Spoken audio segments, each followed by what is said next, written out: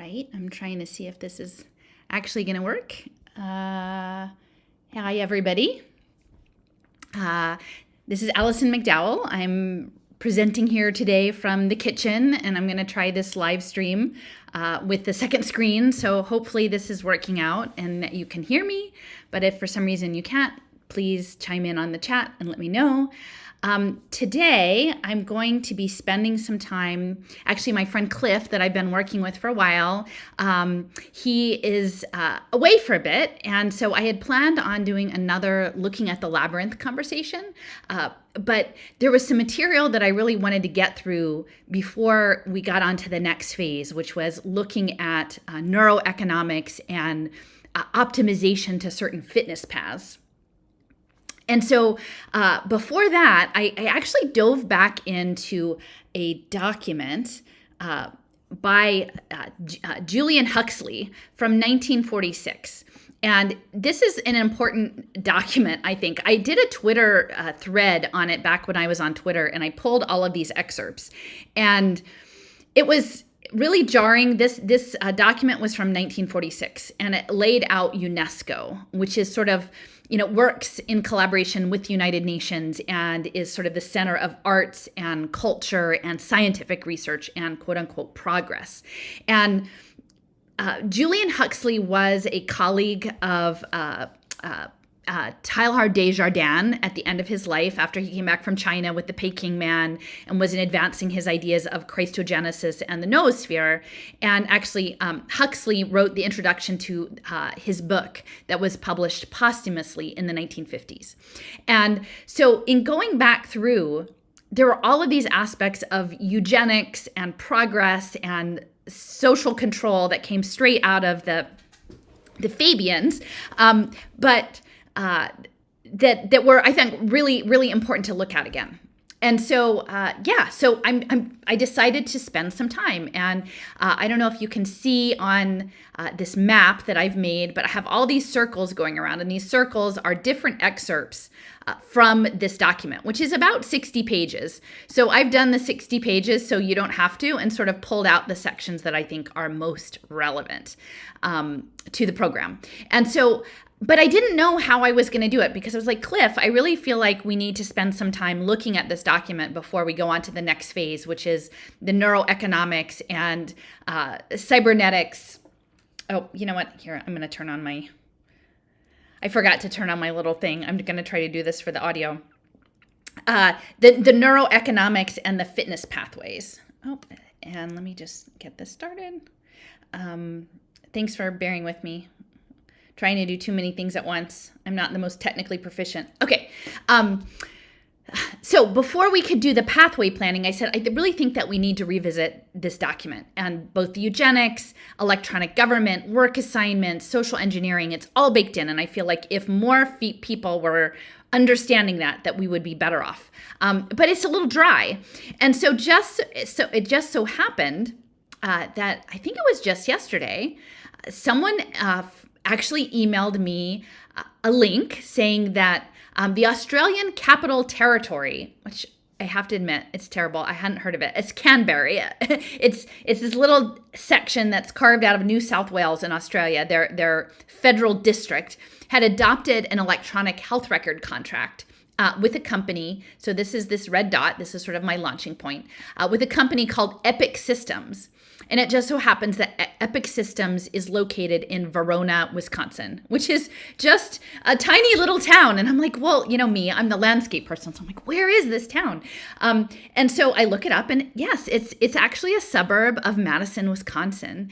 And I know Madison, Wisconsin, the summer of 2020, when I drove out to South Dakota to spend some time there, I stopped at the office building of this advanced distributed learning collab, which was essentially the Department of Defense plans for competency-based education and badge-based learning for this next phase of globalization 4.0. And I'm like, wow. And then I remembered a number of other aspects of this that Leo had talked about, University of Wisconsin Madison being a center for climate simulation modeling. So that's in this part of the map. And then I realized that Drew Hempel had said, oh yeah, actually there was a lot of eugenics history at University of Wisconsin Madison, weirdly tied to breeding of dairy cows and the shift from Wisconsin agriculture from wheat to dairy in the early 20th century, and how that fed the eugenics and experimental breeding programs that then blurped over to humans and sterilization of lesser people. And then in the 60s, this leaked over to the development of an institute for the research on poverty as part of Great Society. So that was an aspect. And then it turns out that this woman, Judith Faulkner, who founded the company, now this company, Epic Systems, was established way back in 1979. It's a very old company, and it's actually still privately held. She had undertaken a master's of computer science at the University of Wisconsin Madison very early in 1965. Evidently, there weren't that many universities offering computer science degrees at that point.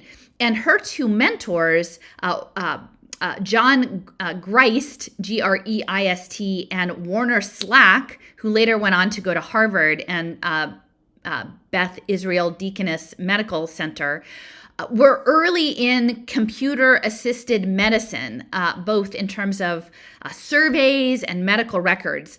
And so the fact that this electronic health record system is tied into the earliest stages of computing, along with the sustainability, the education, the poverty management, the eugenics, and then also more recently the creation of an energy institute that links into nuclear and fusion energy research, this next-gen nuclear, that interfaces with early level cyclotrons and synchrotrons, the study of these sort of radioisotopes and light frequency, all feeds into what the Huxley paper was about. So I'm going to work my way around the map a little bit. I might just... I'm not going to be able to figure this out. I meant to actually have a copy of the stream so that I could see who's there, but I see that some people are there. Yeah, hi Leo. Yeah, Ibis. So I've got Ibis. Leo's in the chat for a bit. So I've got Ibis over here and Jonathan Foley with Project Drawdown. And this is actually really important because the COP27 is going on right now. And so we need to understand the ways in which the health systems and the electronic twin modeling are going to be linked to climate outcomes. And, this isn't like, I know a lot of people want to talk about ESG as if it's a social credit score from China. But if you actually go back and look at the history, these nodes are coming from Huxley, which is the UK, and from the University of Wisconsin Madison, which is like the American heartland, right? So at this point, we're not even dealing with MIT, Harvard, or Silicon Valley. We're just right in the heartland of America, which, in addition, Wisconsin, Thorstein Veblen was from Minnesota. So there's a lot of this sort of Scandinavian history of sort of social engineering that goes back to the American heartland as well. Okay, so I just want to, so this is, let me open up. Okay, so we're going to start off with this email. So I get this email, hey, Allison, did you know that in Canberra, they've actually just developed this contract. This is April of 2021 and then finalized in March of 2022, this new digital health record solution. And you can see from the executive summary that they're working with Epic Systems Melbourne.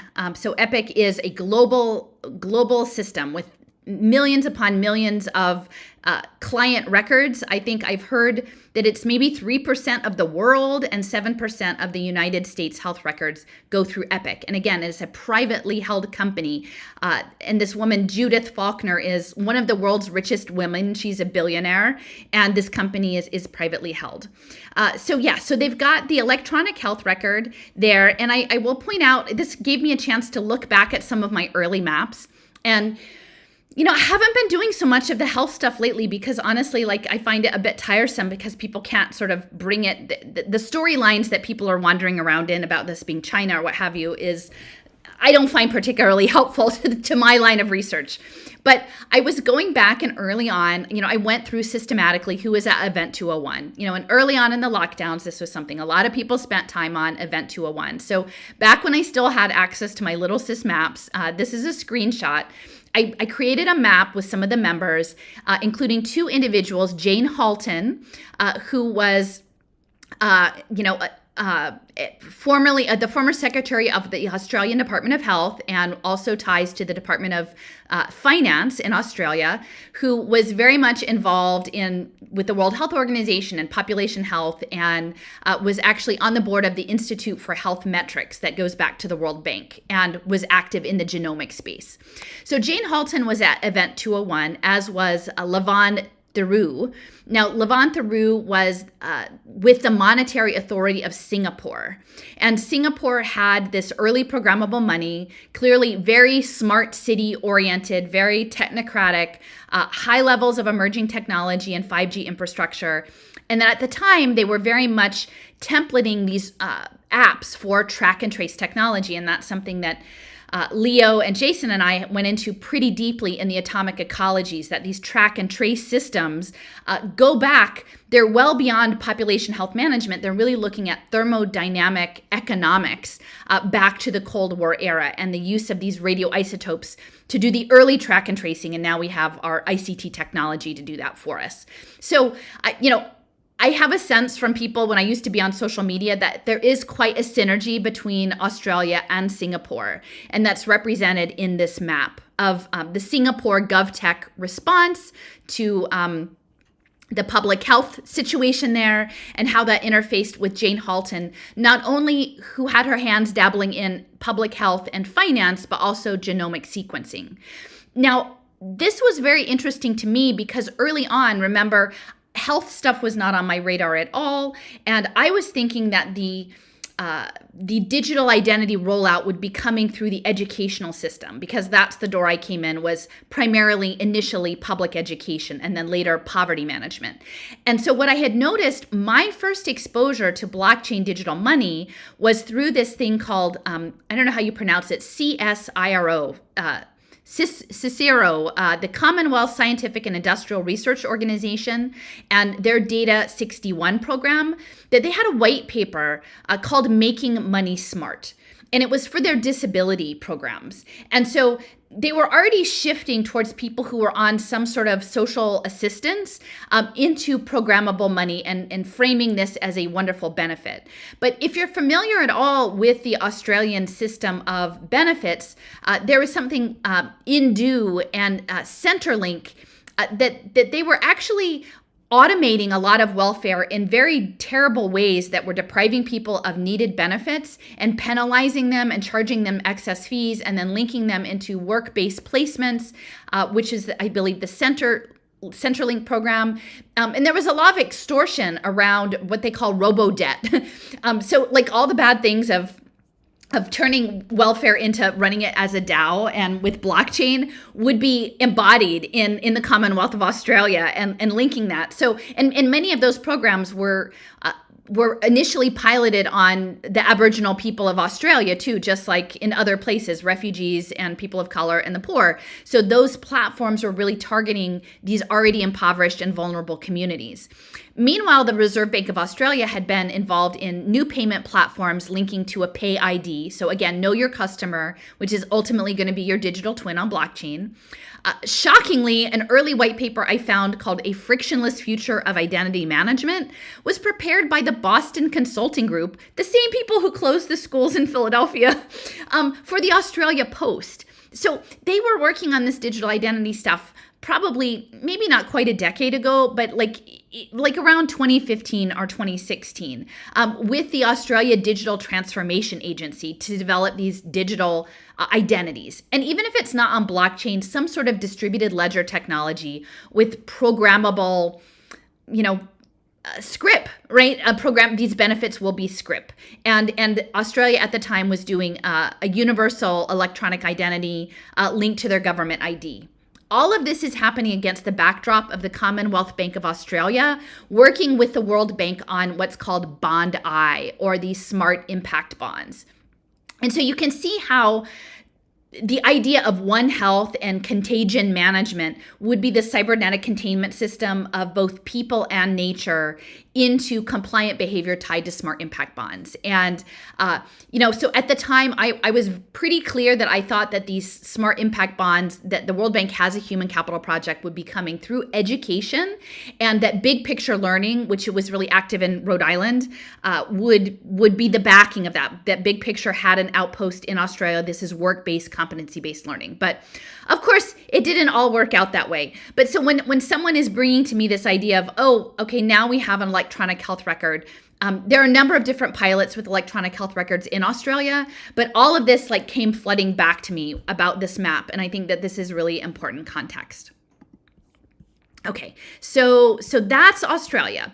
So here's the EPIC system. There's a Forbes article, "The Billionaire Who Controls Your Medical Records." This is from a couple years ago. And then here's an image here that talks about EPIC, and they have 22,000 clinics, 1,000 hospitals, 200,000 beds, 247,000 physicians. It's really important that people understand that the plan is for to health delivery services, just like education services, is early on one of the intentions to make this all digital, right? Because globalization 4.0, remote service economy, they want to create platform labor for teachers and for healthcare providers. So you're going to need a digital identity that is unified globally. And then physicians and healthcare providers everything has to be standardized, both within the school space for skills badges and in the healthcare space. All of the coding, all of the, Obamacare, Affordable Care Act standardization, and bringing Zeke Emanuel bringing in the electronic health records was to create this global interconnected standards-based layer. And NIST is behind a lot of that, and IEEE is behind a lot of that.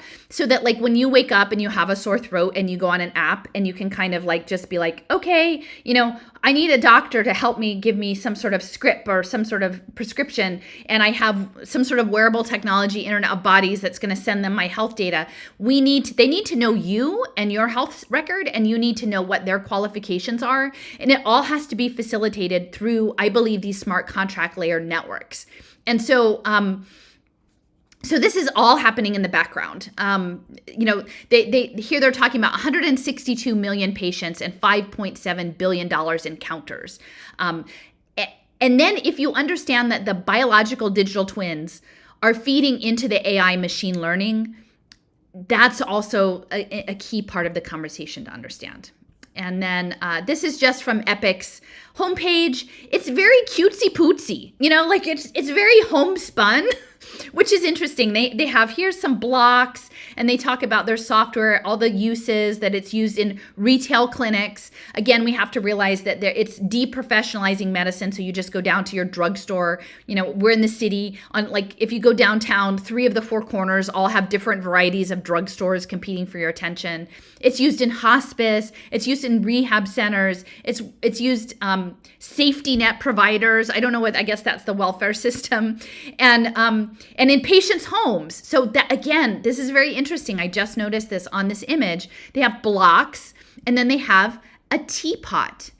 Again, or maybe it might be a coffee pot, but I'm looking at it like a teapot, the patient's homes. And again, we have to remember the first virtual item was put into the internet. It was a teapot.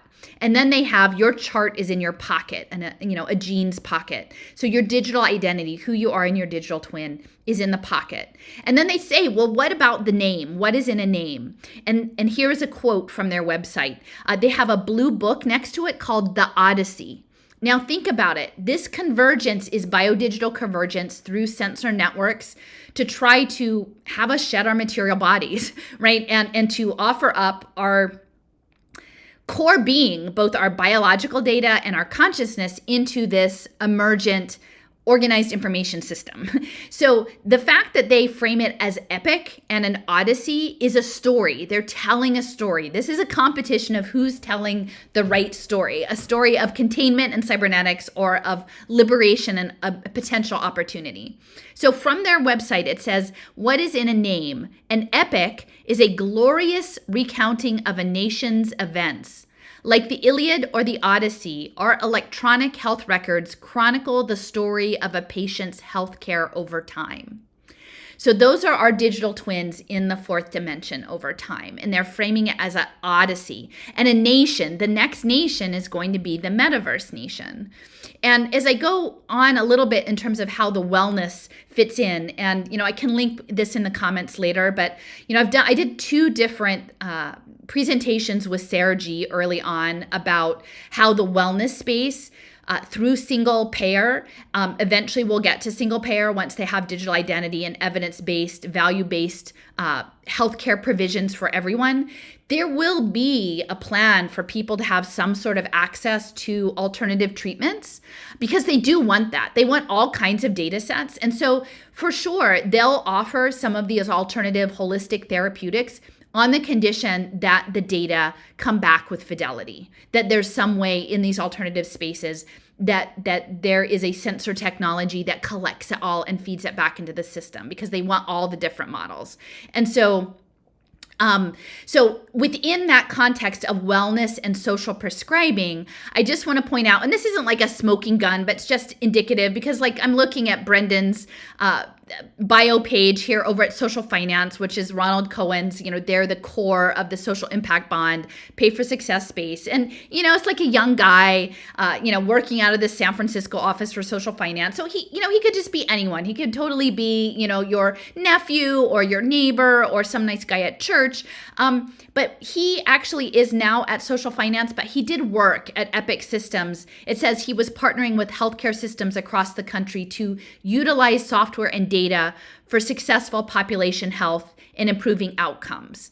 And so this evidence-based, value-based payment system is being woven into the speculative program, speculative finance in human capital futures. Both the human capital futures are improving your mental faculties and what you offer into the blockchain brain from your intellect and consciousness and emotion, as well as what your body does. And I think increasingly there's going to, it's hard to say exactly how big this will be, but this piezoelectric energy, the planned exercise, will at least be used to power the wearable through which you interface with the Web3 smart contract layer. And so they're going to be monitoring people's health. And there's a lot with, dirty power and environmental toxins that are creating structural issues for us to navigate and try to maintain our health in the face of really treacherous terrain of digital smog, and it's going to be nanotechnological and synthetic biological waste. And so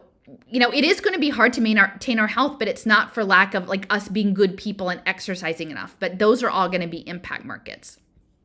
So let's see. Here we have Judith in one of her presentations. She talks about math. Math is the truth. And so in the story Judith is telling, and the 10,000 employees Judith has around the world, math is truth. That is the truth of what we're living in. We're living in a world of math and simulation modeling. And this is important when we go back to the environmental sphere. Now, it's interesting to me, being situated in Philadelphia, that she actually grew up in South Jersey across the Delaware, and she went to a Quaker Friends school. So Morristown Friends, she's an alumna of that. I think she went to Dickinson which is in central Pennsylvania, before she went to University of Wisconsin Madison. Her dad was a pharmacist, and her mother was a peace activist. And let's see. Oh, I don't have the picture of her, but yeah. So how I made myself a software billionaire with Epic Systems, and her mother did peace work with the Physicians for Social Responsibility, I think, in Oregon. And here you can see this, the quote from her: "Math is truth and computer science is what works." Now, what works is code for data analytics. What works government. That's the Bloomberg program. It's great to put them together because you need both. And So the Quaker in the peace element is part of it, because that's the homeostasis that is running this global superorganism as a unit. Evidently in 2017, she got in a bit of a ruckus with Biden, who was working on the cancer program, which now he's like formally announced as the Moonshot Project. And there was an exchange over accessing electronic health record data. And I'll just read from this little clip. It is from August of 2017, Editor's Corner, Why the Biden-Faulkner Exchange over EHR, electronic health records, access touched a nerve. It's hard to say exactly what transpired at that January meeting between then Vice President Joe Biden and Epic CEO Judy Faulkner. What we do know is that it triggered a visceral online reaction. Now, we know that's all on purpose, right? Over the importance of interoperability and access to health data, and even some Twitter threads on the nuances of HIPAA, which is the Health Records Protection Act. But that might be more telling about where the industry currently stands and the direction it's quickly heading. It began last week when Politico recounted the exchange between Biden and Faulkner, as told by the vice president's aide Greg Simon, who now serves as president of the Biden Cancer Initiative. The short version: Faulkner reportedly asked Biden why he wanted 1,000 pages of medical records, to which Biden retorted, "None of your business." It went downhill from there, Simon said. Now, chime in the chat if you know exactly why having data interoperability of 1,000 pages of medical records is important. Like, one, they're going to say for the cancer moonshot that they need access to all your data to like run all of this, and that you should have, the new future is that you're going to have a digital twin, and that you're going to offer up all the data of your digital twin in some way semi-anonymized, up to the benefit of machine learning analysis to do this cancer moonshot or solve chronic illness or come up with the next bioreactor compound. And that maybe you'll get a bit of a micropayment in exchange for your health data. But don't worry, it's protected through the secret network. And you can see, if that exchange happened in January, like why they're dragging it back out in August to raise up in people's awareness and consciousness this idea of data interoperability, and this idea that somehow by owning our data that we can be empowered, either empowered through getting money for that data, or empowered for donating or participating in the commons, in the data commons for this high-level data analytics. Now they're framing it, again, it's the story. The story is, the guy who just wants to solve cancer against, the greedy billionaire privately held electronic health records company.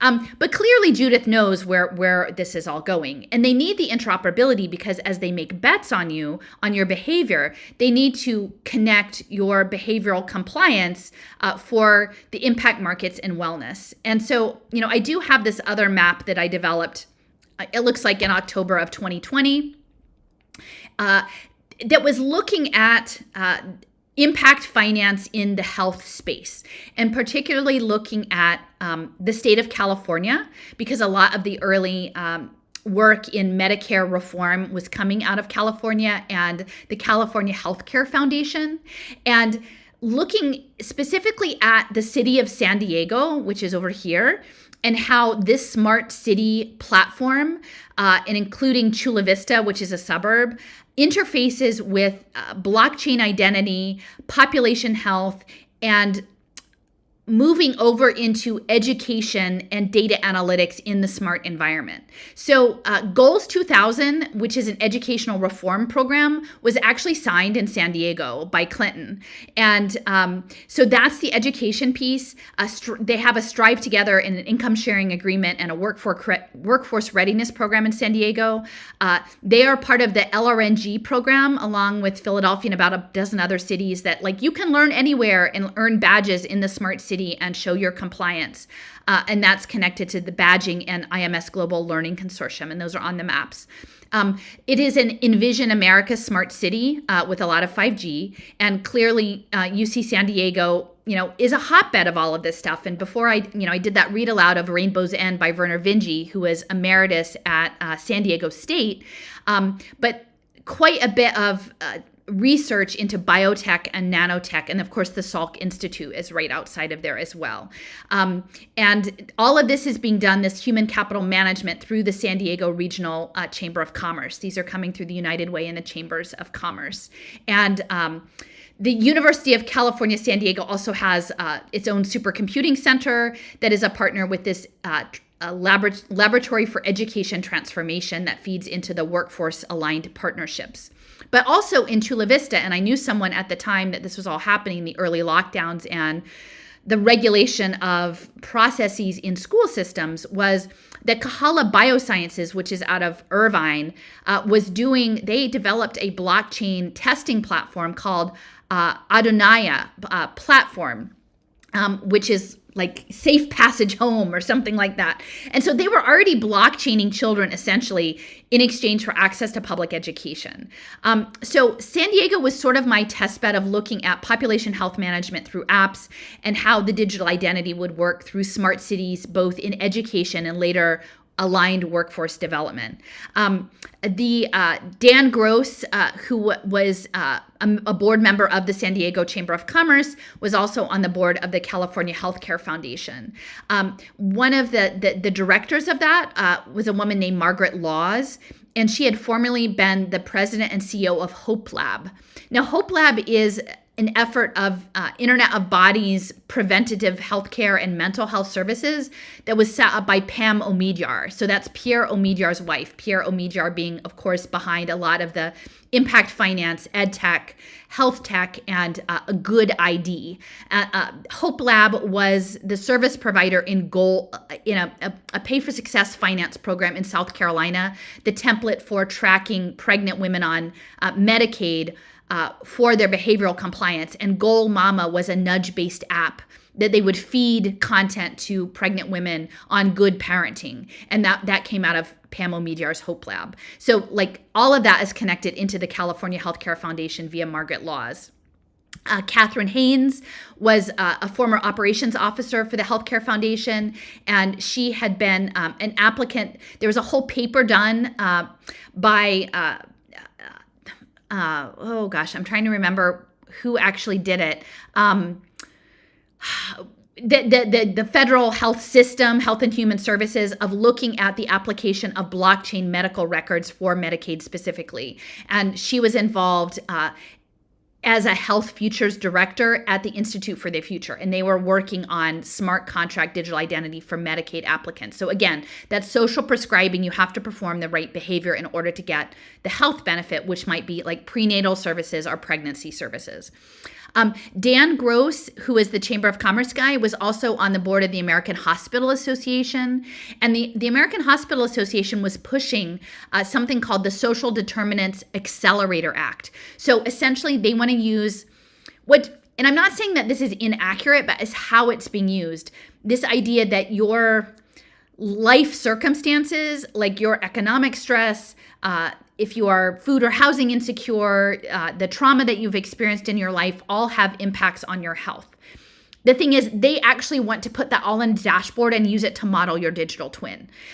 So the Social Determinants of Health Act was being linked to Results for America and supported by the National Group of Social Workers and Impact Finance and mentoring. You know, they all want to give you a nudge and an app to say that we're going to solve poverty and make people healthier with digital devices that deliver the data, but it's never about that. So anyway, so this is all part of sort of the social impact finance space. You know, it was being funded by Kaiser Permanente, and Kaiser Permanente, they were the folks that developed the scoring rubric for the ACEs, for the adverse childhood experiences, because again, that's what they're going to use to do the risk profiling on you. And Kaiser Permanente was supporting both the Benefits Data Trust, which is largely a lot of money coming out of Chan Zuckerberg on that. So it is underwriting, connecting people to public services. So ultimately that's likely to be the UBI. And also on this document called Convergence, which was reimagining education as an impact finance badge-based system. So I guess my point is, and like tell me if this makes sense, but I'm trying to connect that the healthcare space is intimately involved in in the environment, your social determinants is your living space, the community that you're in, the social pressures that you're in that are being cybernetically monitored by the smart cities, by the outside-in robot that they want you to live in. And then that essentially our job as human capital is to find some sort of node in to support the rollout and structuring and support services for the creation of the metaverse. So that is how social impact and wellness fits in. And then I have one other map that I'm going to do is about social prescribing. And I really want to do a whole program about social prescribing. But I think what the health freedom people have missed in their sole focus, like their very narrow focus, is they don't realize that what's coming next is wellness and prescribed wellness. Because what the outside in thing wants to do is, I feel like they want to create this ubiquitous sensing spatial computing extended reality environment and have us perform humanity, like have us perform creativity, have us perform relationality, so that it can learn, because we're in this moment in which all of this is being fed into the machine learning system. So here I have Bloomberg Philanthropies. It's been a bit since I've hit on Bloomberg, but really, in my opinion, more important than Gates or Zuckerberg on any of this, because he is doing the electronic government rollout and the metrics and the policies that will underpin all of the social impact finance space, and was working through Nesta in the UK. London is a test bed. They have this Healthy London partnership where they're going to do social prescribing linked to social impact bonds. That program is called Ways to Wellness. And there's some white papers in here linked about Internet of Things tracked social prescribing. So I'm not making this up, saying that they're going to give you a prescription for good behavior, something that will make you happy, and then have some sort of follow-up, either survey or eventually wearable or biometric tracking system that will assess whether you did it with fidelity. And it's all happening within the WeWork Cities program. And so it's linked to city dashboards, e-government solutions, and health, like Healthy Years London. They're really targeting the children, and they're going to be doing that within the school space. And then when they come up with these hybrid schooling systems, healthy activities are going to look like doing, Wii gaming or esports in front of your screen in your living room.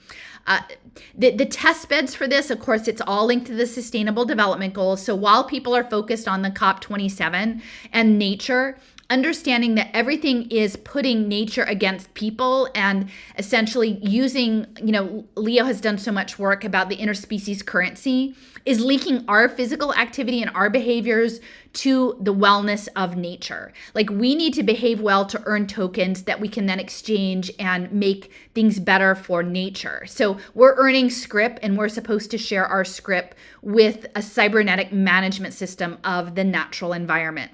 So as we're looking at natural assets in that space in COP27, it's important to link it back to health behaviors, wellness behaviors, compliance behaviors, not just the carbon stuff, not just carbon around buying or transportation, but actually about this sort of thermodynamic economy linked to impact finance. So I'm going to take a breath there for a second. I don't know if you guys are following along, if this all makes sense to you.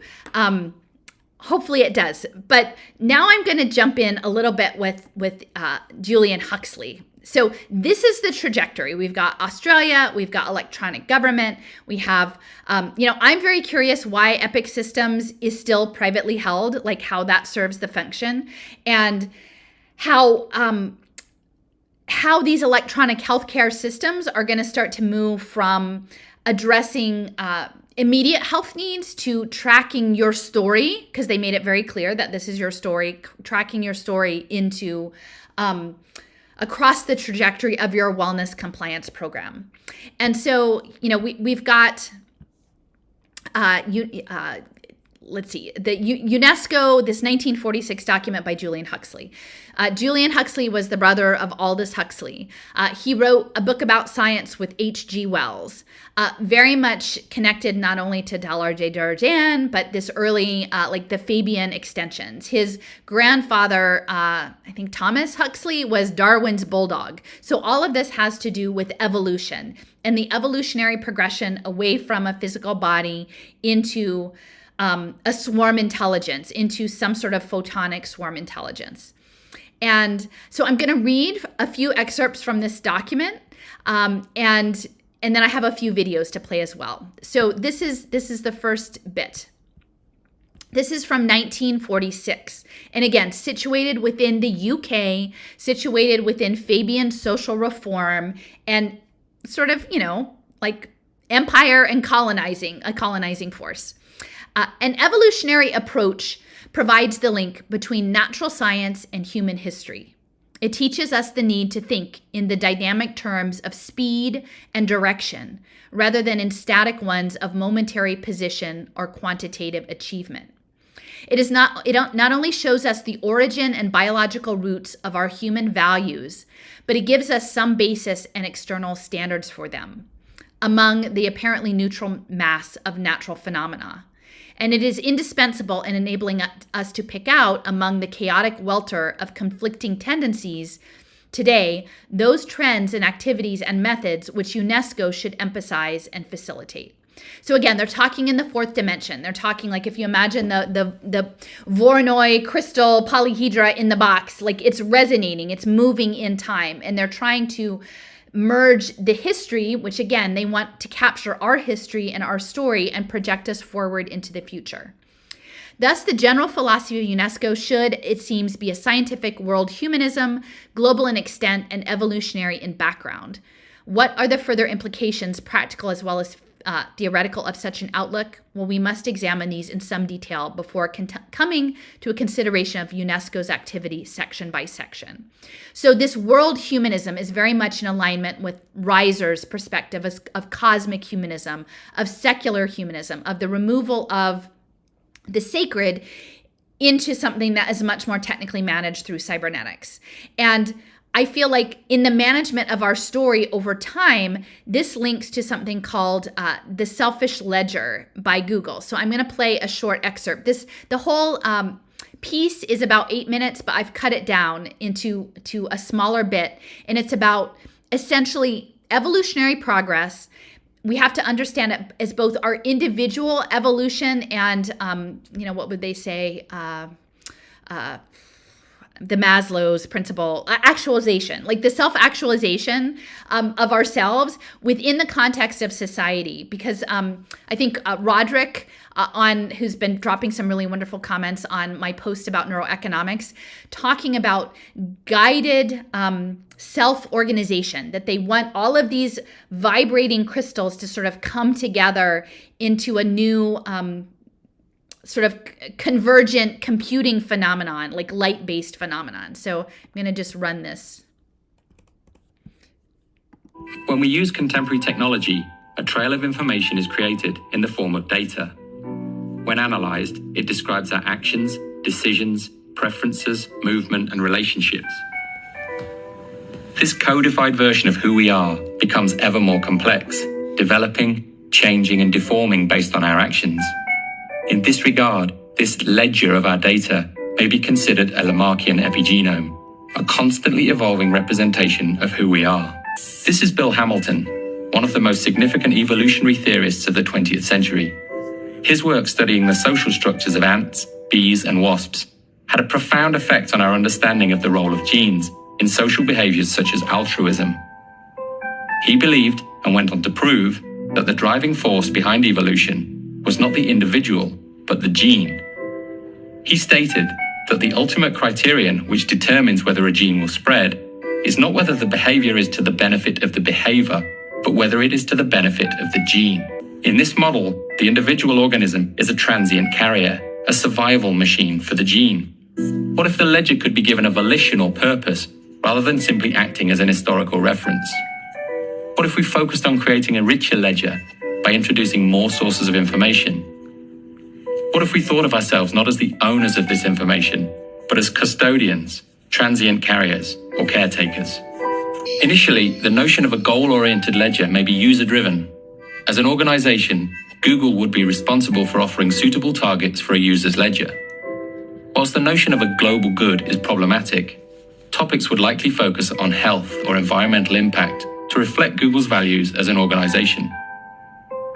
Once the user selects a volition for their ledger, every interaction may be compared to a series of parallel options. As this line of thinking accelerates and the notion of a goal-driven ledger becomes more palatable, suggestions may be converted not by the user, but by the ledger itself. In this case, the ledger is missing a key data source, which it requires in order to better understand this user. In order to plug the gap in its knowledge, the ledger begins searching for a device which delivers the required data when used. From this list, the ledger begins sorting the options most likely to appeal to the user in question. In situations where no suitable product is found, the ledger may investigate a bespoke solution. By analyzing historical data, it is increasingly possible to discern qualitative information such as taste and aesthetic sensibility, which may be used in the creation of a design proposal. With the advent of technologies such as CNC milling and the emergent possibilities of 3D printing, a custom object may be created to trigger this user's interest. In this way, the ledger is able to plug gaps in its knowledge and refine its model of human behavior. User data has the capability to survive beyond the limits of our biological selves, in much the same way as genetic code is released and propagated in nature. By considering this data through a Lamarckian lens, the codified experiences within the ledger become an accumulation of behavioral knowledge throughout the life of an individual. By thinking of user data as multi-generational, it becomes possible for emerging users to benefit from the preceding generation's behaviors and decisions. As new users enter an ecosystem, they begin to create their own trail of data. By comparing this emergent ledger with the mass of historical user data, it becomes possible to make increasingly accurate predictions about decisions and future behaviors. As cycles of collection and comparison extend, it may be possible to develop a species-level understanding of complex issues such as depression, health, and poverty. As these streams of information are brought together, the effect is multiplied. New patterns become apparent and new predictions become possible. Just as the examination of protein structures paved the way to genetic sequencing, the mass, multi-generational examination of actions and results could introduce a model of behavioral sequencing.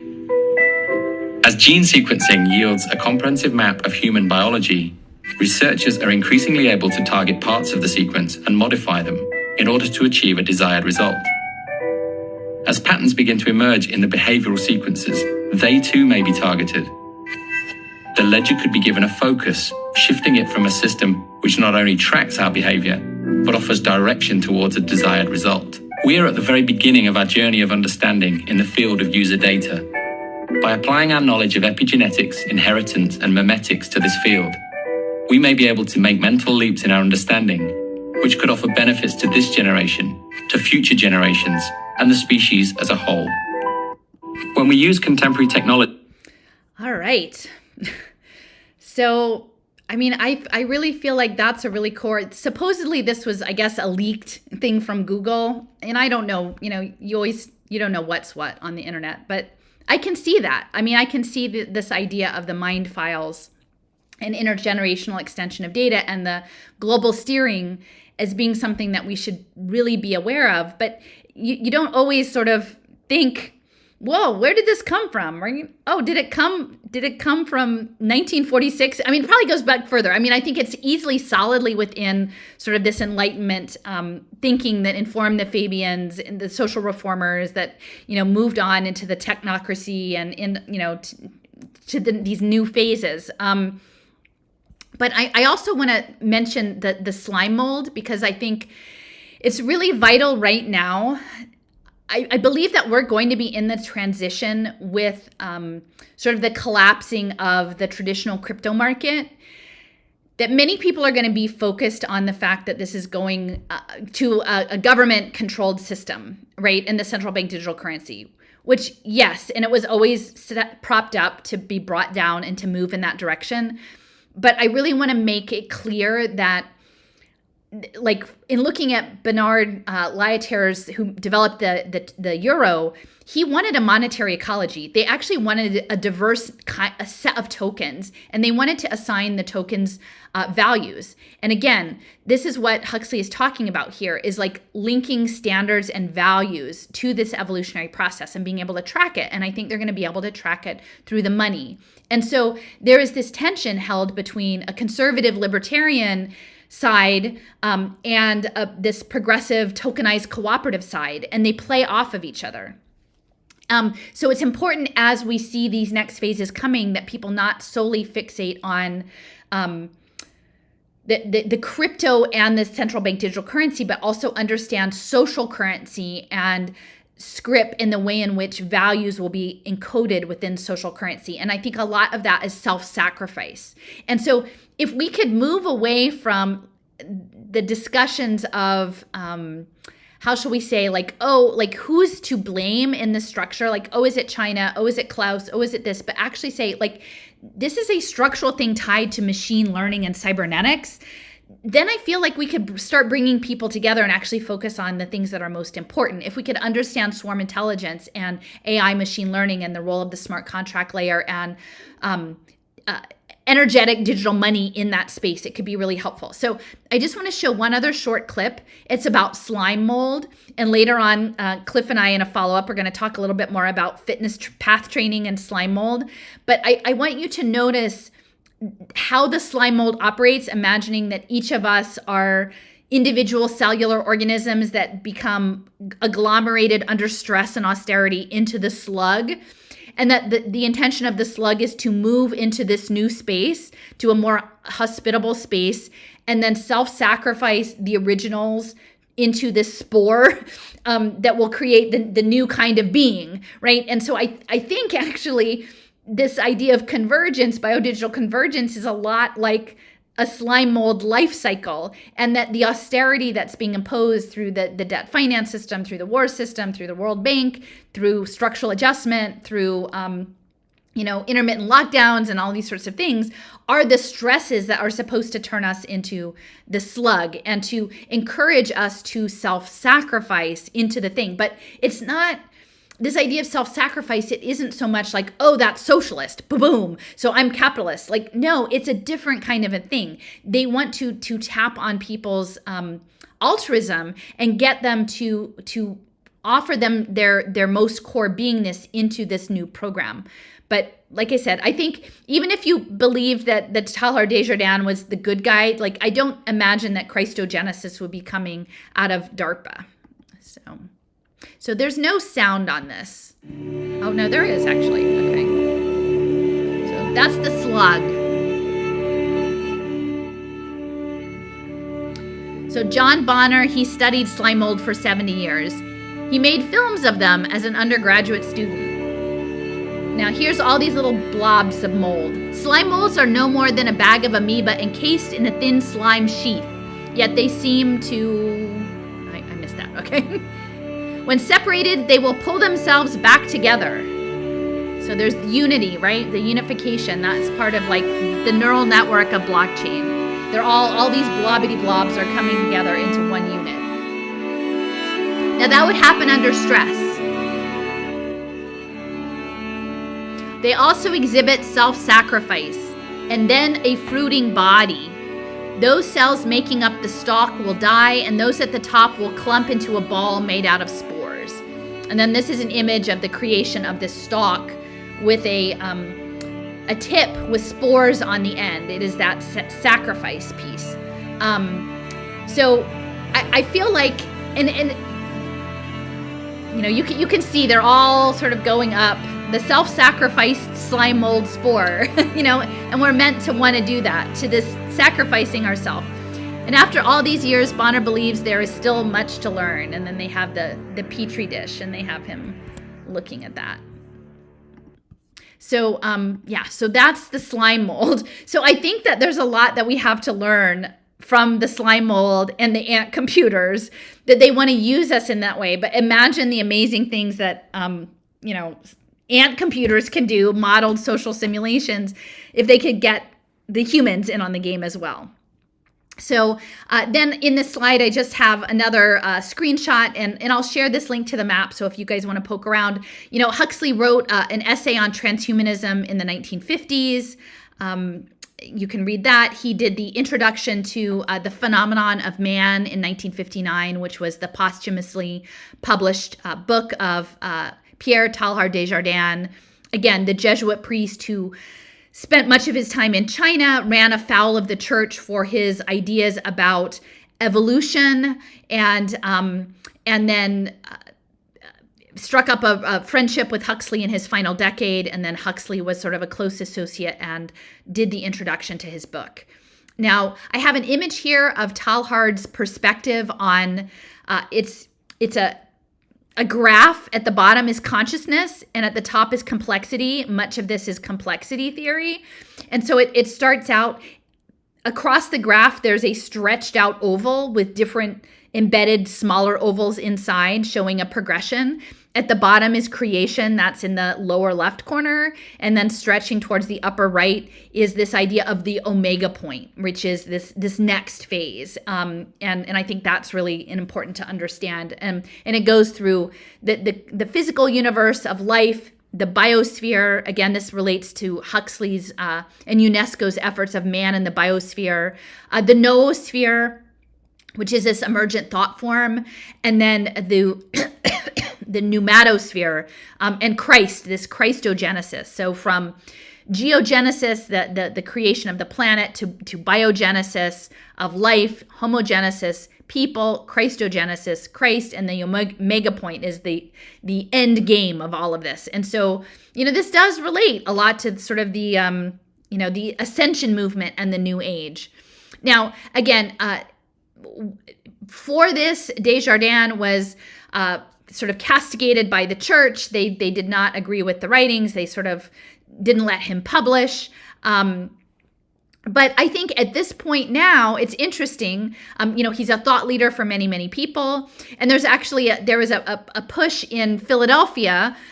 It says Sister Joseph, Saint Joseph's sister, sorry, I'm not Catholic, so I got that wrong. St. Joseph's sister, Kathleen Duffy, who's based at Chestnut Hill College in Philadelphia. So lucky us, we always have all of this, everything always is in greater Philadelphia, is lobbying to have, on a petition to have Teilhard de Chardin named a doctor of the church and reinstated. And, it's very likely that this will come around. It says that his attempt to bring theology and science together is really relevant right now, and these ideas of evolutionary Christianity. And that's what Huxley was saying, is that our ethics have to evolve with this new phase.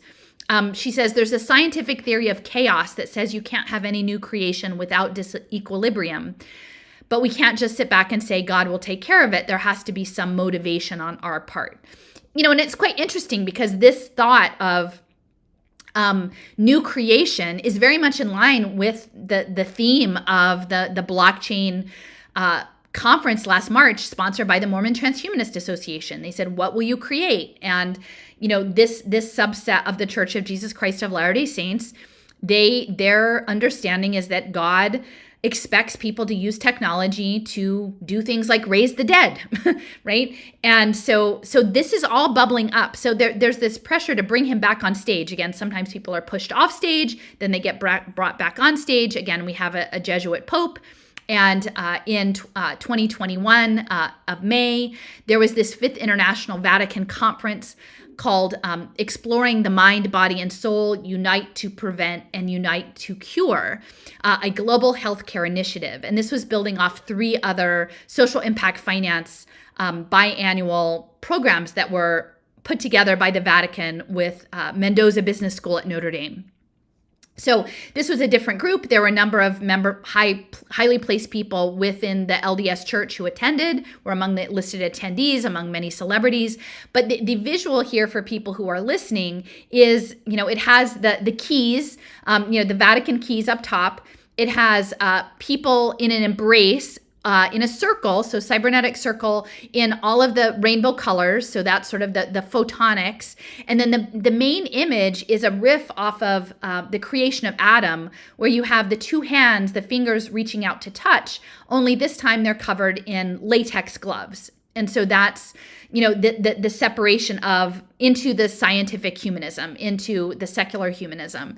So I have 2 images, one of the Unite to Prevent, Unite to Cure conference, and then the original, which has God and Adam and fingers, but without the gloves. So that is the context. I just want to reiterate, what Huxley is advancing is a scientific humanism with flexible standards that are based in history, that are projected forward in this fourth dimension with a rapid progression, and how this relates to the goal-driven ledger and Google, doing a bespoke piece of equipment to like fill out that little gap that they have in your data set to get you so that you have the most refined system possible. And I will say, I don't know if you guys noticed, but in the ledger, they were presenting it like a book. And, I think it's very interesting that this Epic software here, that the Odyssey is also, it's interesting. I don't know if that's a locked book. There's a little rectangle on one side, but it is in itself a ledger. Like that ledger system, the custodian of your data. You are the custodian of your data. And if you imagine it in the context of the Cancer Moonshot, right? Oh, your duty is to collect as much health data as possible so that we can find cures for diseases for people long after you're dead. That you need to store your Odyssey in the permanent ledger of all of your data for such a purpose. Okay, so that gets us around. This one of the products that Epic has is called Cosmos. That's the evidence-based research and individualized patient care. Now, if you are using the lens that the goal is to have really robust individual mind files, data files, digital twins of people, personalized care takes on a different sense, right? Evidence-based is central to the shift from fee for service to a value-based program, an outcomes-based program. All of the outcomes-based programming, when you see evidence-based, outcomes-based, value-based, that is about data on a dashboard for wellness, social impact bond spaces. So the Cosmos, I think, like again, when you're thinking of the slime mold, right, the human self-sacrifice to create a vehicle for the spores to move into some new, more hospitable environment. Many of the people who are involved here have been at the earliest levels of space research, and that's something I'm going to talk about a little bit more with Cliff later. But in that Felicities Center, the Psychoanalysis Center, Esther Dyson was also on a different panel on another day, not the that they were the hosts of the neuroeconomics panel. There was another panel about the future of technology. Like she and her father, Freeman Dyson, who was a nuclear physicist, were all about space colonization. And so I think, again, this idea of epic cosmos, right? The cosmos of your data. If you put on the lens that maybe what they're trying to do is to create these vast data sets for interplanetary travel, which is something Trent McConaughey of Ocean Protocol has talked about, that makes a lot of sense to me. It's a new way to look at it. So before we move on, I'll just point out that Judith Faulkner's two mentors, one was Warner Slack. Warner Slack was only briefly at the University of Wisconsin Madison during her time there, but he then went on to Harvard, and he was working in clinical informatics and he was a psychiatrist. Okay, so waveforms, matter, and life. He was in the Department of Psychiatry at the Beth Israel Deaconess Medical Center. And his focus has been pioneering research of the use of computers in the medical world. So, you have to wonder how far back they understood about the digital twinning. In World War, I'm not sure if it's in the 60s, he was in the Air Force. And so the Air Force, they are really in the lead on the human-computer interface because of the pilot and the pilot and the plane. So the Air Force was really central in the development of the interface systems between human and machine. And while he was so he was in the Air Force, he went to the University of Wisconsin Madison, and then it says he developed the first computer-based medical history system where the computer would engage in an interactive dialogue. And this was back in 1966. Okay, so if you imagine all of these apps that are querying you for your data, where did they come from? Well, at least in the United States, they came from Warner Slack and the University of Wisconsin Madison, and they had a paper that was published on that. And I have a link to that paper, a computer-based medical history system. There were 4 authors: Warner Slack, Philip Hicks, Charles Reed and Lawrence Van Cura, and it was in the New England Journal of Medicine in January of 1966.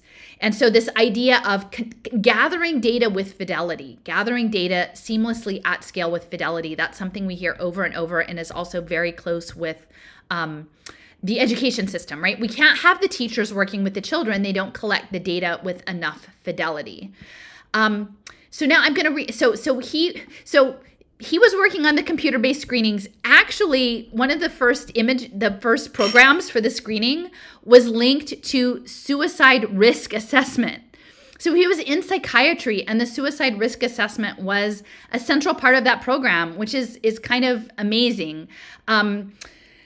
They used a computer called the LINC, the laboratory instrument computer. And so back in, these were the first uses. And if you go and you understand that, the crisis text line that's coming through these apps, that later all of that data sets that were connected to people who are contemplating self-harm were later fed to Loris AI for call center data training. You don't imagine it comes back to this picture of this young woman doing some sort of suicide risk assessment. But the link to psychiatry, it's not just regular medical records, it's mental health. And I would encourage, if you haven't had a chance to look at over the talk that Jason and I had about the mental health space and impact finance. It's important. So John Greist, he stayed at the University of Madison, Wisconsin for much longer. Again, his focus was psychiatry and neuroscience, and he is now involved with something called Merit Solutions. And, it's another computerized medical pioneering system. And so they're mining us, as John Trudell said, they're mining our minds and mining us for the data analytics. But the psychiatry is really central in this. And this is from Huxley's 1946 report. He actually calls out specifically the importance in gathering all of this information for this evolution, the vital nature of psychology in every branch of social science, as well, of course, as to education. Admittedly, both deep analytic psychology and social psychology are in their infancy, but the one is revealing in the unconscious a new world, just as unexpected and important as the new world of the invisible revealed by the microscopists of the 17th century. And so the centrality of psychology and the fact that the Rockefeller Foundation largely funded it, at least in the United States, that the practice of psychology and psychiatry, that's key. That I believe what they're after is to try to structure consciousness. And I think in many respects, looking at therapeutics that involve cognitive behavioral therapy through wearables and virtual reality, as well as hallucinogenics, prescribed hallucinogenics, is that they're trying to introduce new forms of nanotech to get at the consciousness level. They don't want to know not just the body, but the mind. And then Huxley goes on to say that what they really would like to do is to develop individual profiles of everyone and apply psychoanalysis, including psychoanalysis in schools to education, to the education systems. It says, so one other item which UNESCO should put on its program as soon as possible is the study of the application of psychoanalysis and other schools of deep psychology to education. Though some repression into the unconscious seems to be indispensable if the human infant is to develop a normal moral sense and a full personality, yet it is equally obvious that overstrong or one-sided repression is capable of producing various distortions of character and frustrations to full development, and notably a hypertrophied sense of sin, which can be disastrous to the individual or others. If we could discover some means of regulating the process of repression and its effects, we should without a doubt be able to make the world both happier and more efficient. And it's always this social efficiency, the Taylorism, the progressivism. This would mean, listen to this last sentence, this would mean an extension of education backwards from the nursery school to the nursery itself. And so, it's kind of amazing that these folks are talking about applying psychoanalysis to infants, right? But you have to think like Julian's brother, Aldous Huxley, and Brave New World, like, and Crystalline, right? Like using mathematical simulation modeling to shape people towards happiness, right? The Felicitas calculus and optimization, the Taylorism is, and that we don't actually, like, babies can't consent to that, right? And what kind of repressions are they looking to remove? That is a level of intrusiveness and invasionness that's really not good. So that's how the psychoanalysis parts fits into the electronic health records, is through Warner Slack and John Graced. And then I'm also going to mention up here, there's a section that I think is really important that I've been pushing from the beginning about blockchain, that it's not just a health recording system, that these digital identity systems, the people in the health freedom space were like fixated on it as, a passport, a health passport. And yes, that is part of it, but it's also going to be everything else. It is going to be your digital twin. And many places, including Texas and Florida, that in the United States are being pitched as like freedom places, are pulling in digital identity systems through electronic government. And of course, Estonia is a leader on that. You just have to look at the digital nations. Israel is a leader in that as well. And the introduction through the back door of e-government twinning. And so it's fascinating for me to read this excerpt from Huxley in 1946. Oh, sorry. So here. Okay. Oh, no, sorry. That was the wrong one. Bear with me. Oh, okay. All right.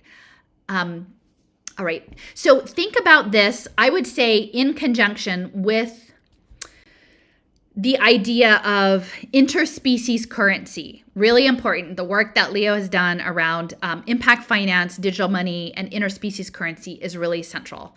And this idea of the slime mold and us as individuated parts of a superorganism, right? And that we are supposed to be sensory extensions of this superorganism, and that the machine of government. Now, I will say here, I would like, rather than imagining government as your local politician, substitute Kubernetes, substitute cybernetics for government. Not like the people who are at city council, but literally the mechanical system, because that is the plan. When they talk about the mechanics of governments, they're talking about a cybernetic control grid, the outside-in robot. Okay, so this is Huxley in 1946. A more restricted problem in which biological analogy is important is that of social organization in general, and the machinery of government in particular. As I've already pointed out, social organization is the mechanism on which man must rely to affect evolutionary progress.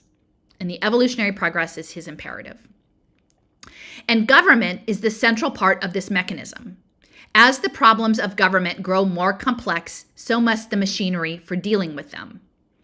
In general, the problems are similar to those which beset a higher animal and are met by means of its central nervous system. Again, for me, I see that the blockchain, interconnected chain systems are that nervous system and the sensor networks. A higher vertebrate must coordinate the activities of its various different organs and adjust the claims of its different innate impulses. So again, that is homeostasis, that is energy economies, that is the stuff that we were talking about in the atomic ecologies piece, is the coordination and adjusting. And that's what Irvin Laszlo, that's why the systems theory stuff is so vital to understand this as a systems theory enterprise. It needs mechanisms for providing information about its environment, especially about changes in it, for correlating different kinds of information, for storing experience and profiting by it, and for appropriate action. So think about what we just watched with the Google thing, right? About it needs getting the information, right? Getting the bespoke data thing to fill the data gap, looking at changes in the information, seeking patterns, storing it for later, and profiting, and then using all of that to determine action. Okay. Mutatis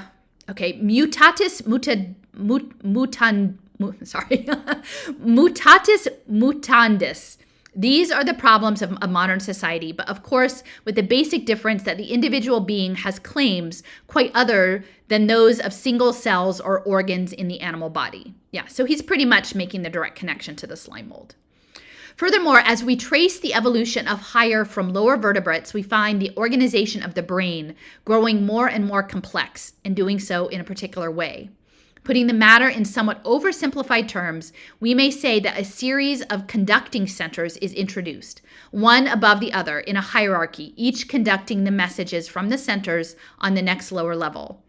Finally, in man, the highest element in the hierarchy, and again, I will say, and I want to go into this some with Cliff, like Huxley is seeing man at the pinnacle, that man is the sole trustee of evolutionary progress. And it's a very different frame than one that is often found in indigenous cosmologies of being a good relative, of being interconnected and interdependent. So this idea of man at the pinnacle is a very different model. And so that they are the cybernetic control system. They are the ones managing the impulses and making the controlling the circuits, so to speak, right? Controlling the cybernetic circuits. If you understand it as that control mechanism, the idea of circuits and switches, and the idea in which the telecommunications industry, which is now going to fiber, right? But the mechanical switches and the control of information theory and systems theory that Claude Shannon introduced is I think really at the core. What they were doing at Bell Labs is really at the core.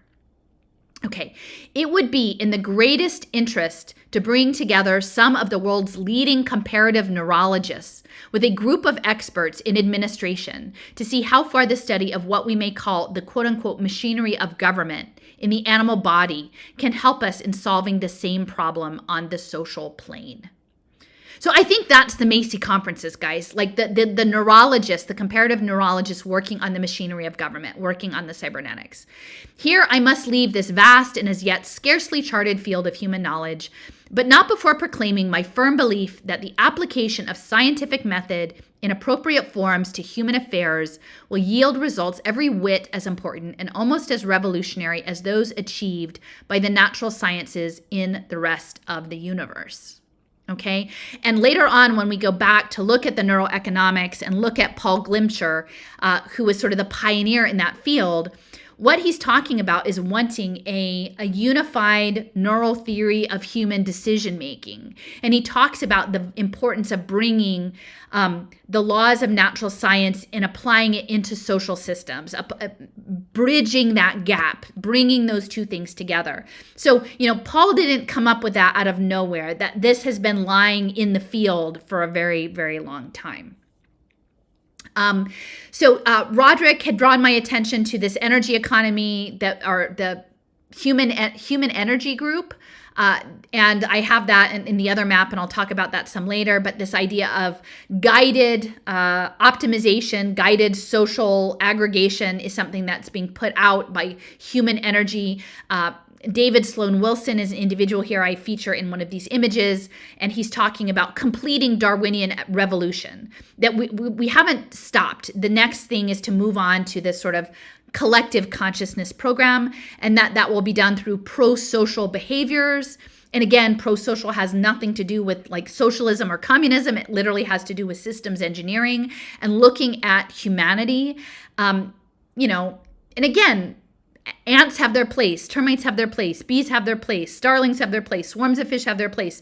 But treating humans in these same computational systems, that is, they're applying sociobiology to the human systems, to evolutionary science, and saying that is part of the collective sacrifice, right? So that we collectively sacrifice so that the spores can go on. And this is all being embedded in behavioral sciences, evolutionary sciences, and politics, the governance, the Kubernetes. And then I have an image here from the Brookings paper, the Ledgard paper, about the interspecies currency and the behavioral regulation of the health record to the natural system in the thermodynamic economy. And it has a lot of these targets are Africa, because as, Raoul had laid out in his piece about Nigerian civil war, creating not only underdevelopment, but devastation and dependence on humanitarian aid that can then transition now the global south into the next cybernetic age, to jump them from the one economy into a digital economy tied to digital twinning. And so this image has, a village that is in very bad shape and the animals are bad shape with poachers. And then you have a hand with beadwork on the wrist that is holding a phone with a giraffe with facial recognition on it, and like talking, and drones spying on the giraffes to get that data. And then because of that interface, then they have an abundant village with solar panels and, contained domestic animals and the bounty of their harvest and caring providers, medics going to giraffes to take care of them. And this is all the story that's being told, but it is a story that goes way back. Okay. Oh, and then I have an image here of Laszlo, because, Ervin Laszlo, the Hungarian systems theorist, key player, also integrated with the Baha'i faith, and they're at the front of the line because they integrate science into their religion. That in his paper, I believe it was in the mid 1980s, that he presented to the Baha'i on Science and Prophecy: Humankind's Path to Peace in a Global Society. And again, thinking back to Judith Faulkner's mother being connected with, the peace movement and social responsibility, and her coming out of a private Quaker school, that this idea of homeostasis is a global regulation system where the entire planet is conceived of as a cybernetic circuit with sensors, actuators, correlators, effectors, and it's a machine. So essentially it's turning the world into the machine, which is what Ledgard's interspecies currency is doing, is turning the world into the machine to save it, essentially. So I think I've actually, this happens to me sometimes. It loses the control grid, so I'm going to have to pull the map back up. Thanks for your patience. Okay, so we've got electronic government. We have psychoanalysis of babies. We have, the self-actualization through collective self-sacrifice and slime molds and mind files. All of this set against a backdrop of electronic health records and wellness programming. Then I guess the next thing that we'll go over is, since we were talking about the interspecies currency, is this at the University of Wisconsin. Again, just a reminder, Faulkner got her master's degree there. Her mentors were associated with the university at that time in the mid to late 1960s. Around the same era, in 1970, was established something called the Nelson Institute of Environmental Studies. It was named after Gaylord Nelson, and Gaylord Nelson was a longtime politician at many levels. I think he was a governor, he was a state senator, he was a U.S. senator. He was very much involved in the environmental movement throughout most of his life. And so in fact, I think they said he was the founder of Earth Day, the first Earth Day. And so that the center is named after him. It has a number of programs. Among two of these programs were founded by a gentleman named Jonathan Foley. And I think Leo brought my attention to Jonathan with Project Drawdown. Here's some stuff from his bio. I'll just, give a gloss. He's a celebrity. He goes way back in the early systems modeling of in the environment of both carbon, nutrient cycling, energy cycling, water cycling, making these as digital simulation models.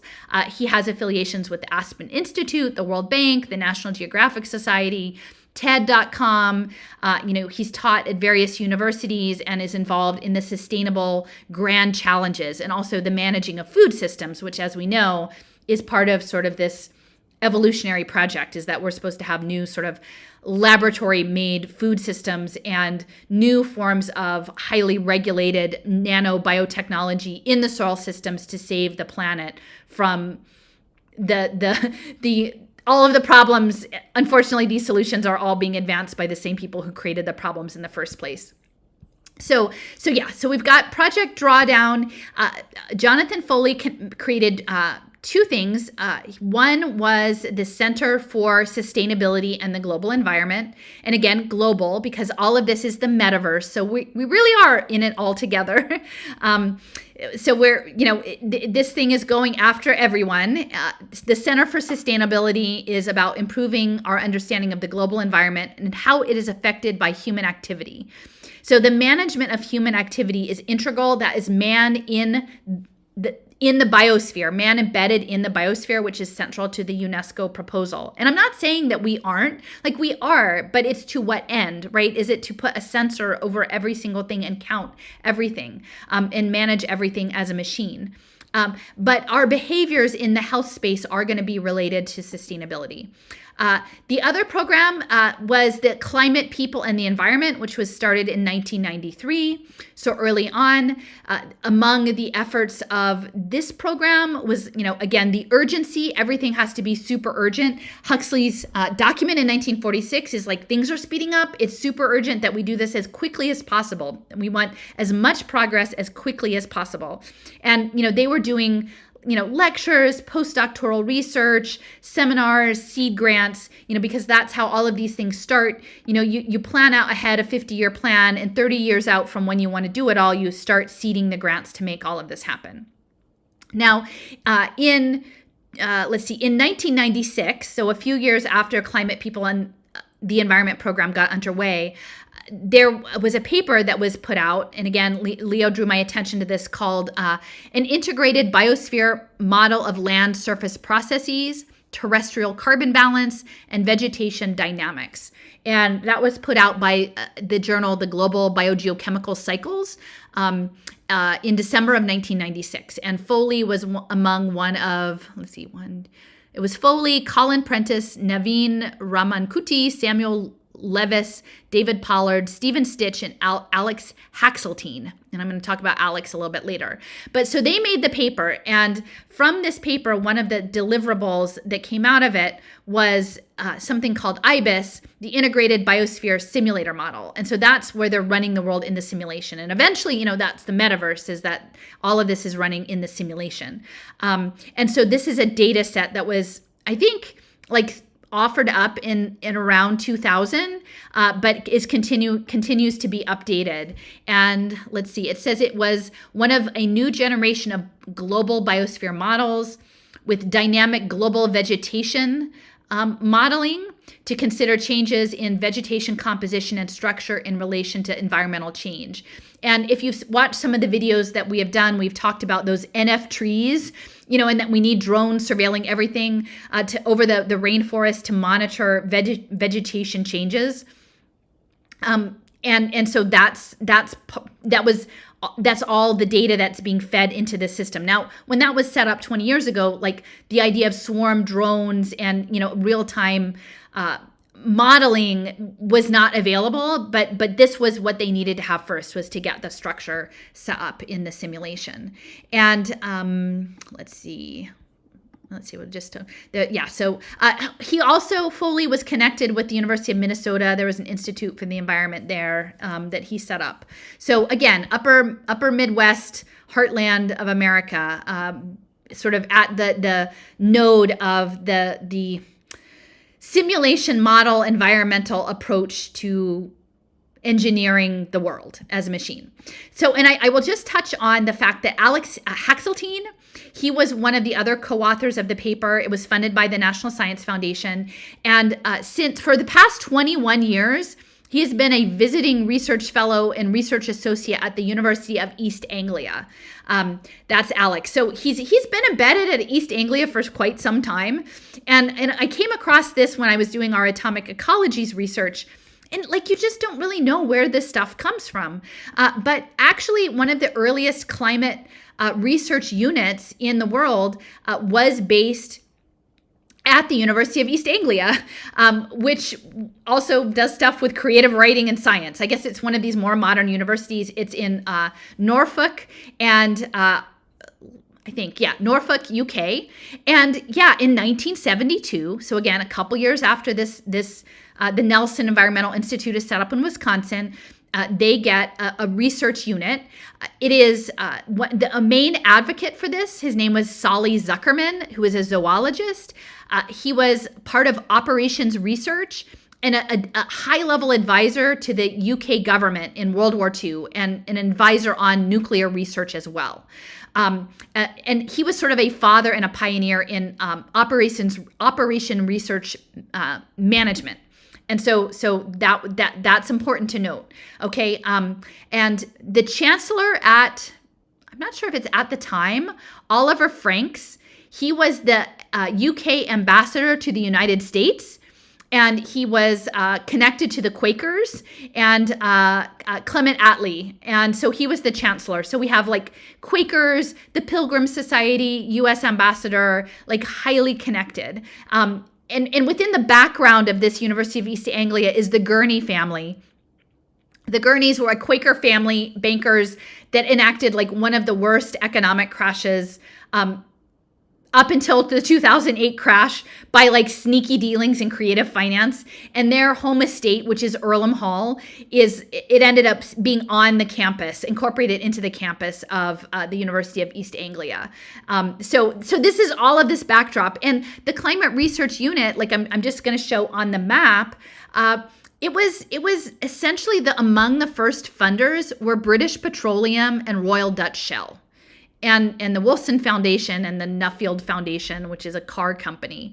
But big oil, like from the very beginning, had founded this. And, maybe someone wants to tell the story that like, oh, like it's just fine because like they just woke up and realized that they were doing bad things. But I don't think so. I think that the extractive industries were understanding that the next layer of extraction was data extraction and that was coming. And so the story had to be told around the climate. Now, ironically, the first director, his name was Hubert Lamb, and he was also a Quaker and a meteorologist. He was like a head meteorologist at the UK before he took on the position. And his theory was actually that a new ice age was coming. And so eventually he got kicked out because it's like, not the ice age. We don't need an ice age. We need everything melting, and that's what we need. So, and there was some other stuff around there. A co-founder was Keith Clayton, who is a geomorphologist who I think actually spent some time studying remote satellite sensing out of SUNY Binghamton in the 1960s. So early satellite sensing systems. And Brian Fennell, who was a geologist, and one of the directors, his name was Phil Jones, which I guess in the early 2000s, there was this thing called ClimateGate, which I wasn't familiar with, but that there were these hacked emails that threw the entire thing into sort of question. So like there's a lot of backstory about the University of East Anglia and the climate research section. But the fact that Alex Hazeltine, who was working on this paper that essentially laid the groundwork for the biosphere simulator, was coming out of that space is important to note. Okay, so that's the environment part. I will say also, and this comes up more in the other map, and I'm going to get to it with Brazil, but the idea of managing poverty and that the fact that Johnson's Great Society came with like the carrot and the stick was increased policing and management of the poor. So there was an offer made of care, but it wasn't just out of charitable interest. It was actually about controlling the poor in an environment where increased industrialization, right, of industrialized work and managing excess labor and finding ways of managing excess labor that wouldn't throw the whole thing into unbalance and chaos. And so Great Society offered public benefits to people, but it also came with increased policing. And Elizabeth Hinton's book, From the War on Poverty to the War on Crime, goes into that in great detail. Now, she's a professor at Harvard, so do I think Harvard is, clearly they're also telling a story in a certain way for a certain purpose, and I could totally, reading between the lines, see how her analysis would set the stage for social impact finance coming on, like for better accountability, and the removal of policing in favor of, I don't know, like maybe some billionaires backing UBI. But the history of it, for me, it really opened my eyes as to what the Great Society was really about. And so in 1966, the University of Wisconsin Madison became a center for researching poverty in conjunction with the Great Society, and it was centered around data, even as early as 1966. So this is the same time that Judith Faulkner is getting her master's degree in computer science, that they are working on poverty management through data analytics. And one of the things, like they worked on many, many projects, but one of them was actually looking at a guarantee, like an income maintenance experiment. So I thought that was interesting because to me that feels very much about UBI. And so I'll just take a moment here to point out, to dip into another map that I made that's also from Little Sis, that's quite old, but it was examining something called Produce RX as in a prescription. That was the central feature. It had a unit called DC Produce RX, which was in the District of Columbia. And it was this idea, they had a program called DC Greens, which was offering food assistance for healthy food for people who were food insecure and maybe on SNAP or some sort of food assistance program. Now, do I think that those people should, like, that everyone should have access to affordable, healthy food? Yes, definitely. But the thing is, when you back up the idea that you are prescribing food, that food is a prescription as opposed to that people have access and then they can make their choices, like, assuming, again, once we get to a point that people have access and that it is economically viable, like, I don't think we should be prescribing food to people and then using technology to keep track of if they're in alignment with the food that we have prescribed. The food prescriptions are part of the social determinants of health program. And there is an emphasis now on having prescriptions for produce. That was coming out of the Center for Health Law and Policy Implementation. So it's like, oh, well, we'll pay to feed poor people if we don't later have to deal with hypertension, diabetes, and obesity. But that's conditional, and that actually doesn't affect any of the structure that caused the problem in the first place. Now, the SNAP, that was one of the first use case scenarios that I saw, was in the state of Illinois coming up with a program to a thought experiment. They hadn't actually implemented it, but that you could code nudges into your food assistance. So if you made the preferred choice, you would get a bit of a kickback into your account. And this was all digital on blockchain. I believe that is going to be connected to the Benefits Data Trust program that is being run through with assistance from, many of the players that we know, including Chan Zuckerberg. And that, again, they want to get people on assistance because they would like to get them on smart cards. They would like to get their biometric payments, the school lunch programs. And again, the healthy lunch programs are part of that. Do I want kids to have like healthy, tasty lunches? Yes. But like all of these major food businesses, these, global corporations are in that space, right? And even in Philadelphia, the facilities aren't there to actually cook lunches. Like many of our schools are old from the days when kids would go home for lunch, and they don't even have kitchens. So you end up with like really crap food, even though that they say it's healthy, and prescribing it and linking that into your biometric fingerprint payment or your QR code payments for the kids in the schools. And I had a lot of concerns about that, and not surprisingly, piloted in the District of Columbia, predominantly Black, without its own like robust representation. Like it's a test bed. That's where they find these things. And, it's around controlling the food supply, the food chain systems. There's another document that I had called Resetting the Table, the Moment to Transform the U.S. Food System. And I have concerns because I've written several blog posts about Zach Bush and his partnership with Bank of America on this idea of soil tubes and tabletop gardens in food pantries, in food deserts, and the way in which these micro gardens could be turned into impact finance through like work-based training or, produce prescriptions or educational programs for food, that all of this is being layered in. And if you don't actually understand the origin of it, you're going to blunder into a story that it's a game that you're not actually in control of, linked to, again, the health space. So so we've got the poverty. So, and I will just link through to the UNESCO. Again, this is talking about natural science. The importance of science in bringing peace and unifying man, and raising the level of human welfare. That is their plan, to use science to advance every part of the world. So that is UNESCO, getting into every crevice and crack. That is the article in Silicon Icarus about the Nigerian Civil War, right? Set up development aid to create the networks, both within giant NGOs, the IRC, the Refugee Commission, the faith communities. Set up your network so that 50 to 70 years down the line, then you can move into this next phase of convergence, right? So here he says it's necessary to have science advancing every part of the world, not merely a few favored countries, for the problems to be solved, and the methods of application differ from region to region.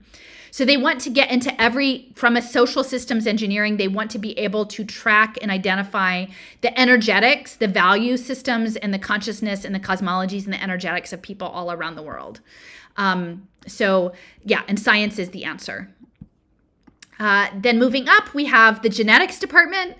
I think Drew Hempel was the one who drew my attention to the fact that that the University of Wisconsin Madison was a center in the genetics and eugenics space.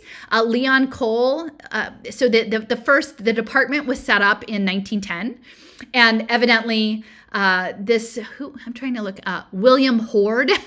He was the one who turned, I guess, Wisconsin into cheese land, into dairy land, and he enacted that shift. And so there was a lot of work around experimental breeding and the raising of quality livestock and dairy cows, and they brought Leon Cole on board.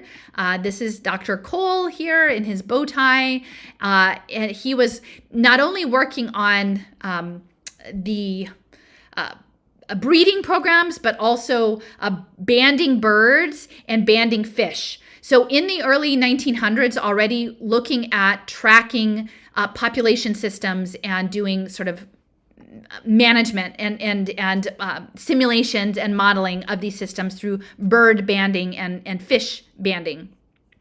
So eugenics, was a key part of that. I have a paper that I pulled in. There were several articles by Leon Cole, biological eugenics, relation of philanthropy and medicine to race betterment. The study of genetics shows no race can be bred immune to all disease. Nevertheless, medicine and charity must pay more attention to heredity. And then the relation of eugenics to euthenics. And what I keep asserting within the backdrop of the synthetic pretenders unfolding of digital identity in California is that it's linked from the mission system through the Human Betterment Foundation, and that the Stanford program, the first president of Stanford, I can't remember if it wasn't Terman, I don't think. But the first president of Stanford was part of the Human Betterment Foundation. So it should not be a shocker to us that the Manhattan Project segued into human genome, segued into biodigital convergence, that this has been coming for a really long time. And then it became not popular to call it eugenics anymore. So then we just, now we're rebranding, we're doing the rebrand. Now, I do think that the radioisotope program is central to some aspect of this. And, the fact that the Department of Energy, the Atomic Energy Commission, is linked to supercomputing around health and proteins and DNA, and the fact that these early track and trace isotopes and medical interventions came out of the UC Berkeley cyclotrons, and then scaled after Oak Ridge National Labs could make them much larger, and the entire industry of creating the radionucleotide industry for medical purposes is coming on board now. And I feel like it's connected to this shift also to photonics and optics, to this next level of computing. University of Wisconsin did have its own cyclotron, and they were working in radionuclide. Here's a picture of it, the cyclotron lab. Welcome to the cyclotron research group in the Department of Medical Physics. So this is linked to the biophysics, and they've gotten some grants from the ARPA-E in plasma physics. They have this giant plasma physics lab. So again, this is the backdrop to that. And they had what's called a synchrotron. This Aladdin, a synchrotron radiation center from the 1960s through 2011, I think, and they were looking at spectroscopy and light. So within, and then a spin-off of the university itself, and because so many of these universities, and again, they're land grant colleges that were established on indigenous lands. Since the Bayh-Dole Act, the universities are just crucibles for creating sort of corporate spin-offs and corporate research. And so one of these spin-offs was something called SHINE. Again, thinking about light, Lucifer, the sunlight, Apollo, all of the different, the sun gods. SHINE was a nuclear fusion, this next-gen nuclear program, and it was spun out of the University of Wisconsin in 2005. It's on the page of this Energy Institute, which I think was established later, like in 2010, the Wisconsin Energy Institute that's embedded on the campus. But the spinoff by Greg Pfeiffer is working on nuclear fusion technology and also medical isotopes and really expanding that. And that's what Mark Andreessen is talking about with this next gen nuclear. That's what the wrong kind of green are going to be advancing for sustainability, right? Is that we need this modular nuclear program. So, and then I forgot to say, here's just an image from the SHINE website talking about nuclear fusion and, the most powerful form of energy production. And, it's going to be so good, no carbon emissions, right? Because everything has to be about carbon, nothing else. Don't think about any of the other toxins. We're just going to talk about carbon. And, it says that it's, that the fusion will have more energy and will use deuterium and tritium as fuels. And, they're like limitless free energy. That's sort of like the pitch. And they're going to use these objects in medical research. And then they have a whole page here on SHINE's business model in medical isotopes in various kinds of cancer. So then you can see Biden's cancer moonshot where that comes in. Like, we'll just install your cargo compartment next gen nuclear, and you can just top off with your radioisotopes. Now, it's quite interesting that last summer in July of 2021, they finished a $150 million financing round specifically on medical isotope production. And the lead funder in this round was Koch Distributed Technologies. That's Koch Industries. And again, that's exactly what Mark Andreessen had said, was that we should get Koch Industries, really piss off the progressives and get the Koch brothers to fund the Nixon's 1,000 nuclear generators that he didn't get. So that's where this is coming. And for me, it was very interesting to think about this Huxley section. Is they're talking about in a really, I didn't talk about the eugenics. I'll go back to that. In really racist ways about backward areas and bringing in the light. And I can't look at that anymore without contemplating the photonics, both biophotonics, our natural biophotonic systems, and their photonic intentions of photonic computing systems. But before I go in there, I do want to read the bit about eugenics from Huxley, because this just shows in stark relief, as Cliff always says, what are you listening to? Like, maybe this thing you're listening to isn't great. So this is Julian Huxley. Just to clarify, these are not my words, from 1946, the UNESCO Charter. The principle of equality and the fact of inequality. Finally, we come to a difficult problem, that of discovering how we can reconcile our principle of human equality with the biological fact of human inequality. Perhaps the problem is not so difficult as it appears when stated in this paradoxical form, for the contradiction largely disappears as soon as it is realized that equality is used in two very different senses. The democratic principle of equality, which is also UNESCO's, is a principle of equality of opportunity. That human beings should be equal before the law, should have equal opportunities for education, for making a living, for freedom of expression and movement and thought. The biological absence of equality, on the other hand, on the other hand, concerns the natural endowments of man and the fact of genetic difference in regards to them. There are instances of biological inequality which are so gross that they cannot be reconciled at all with the principle of equal opportunity. And thus, low-grade mental defectives cannot be offered equality of educational opportunity, nor are the insane equal with the sane before the law or in respect of most freedoms.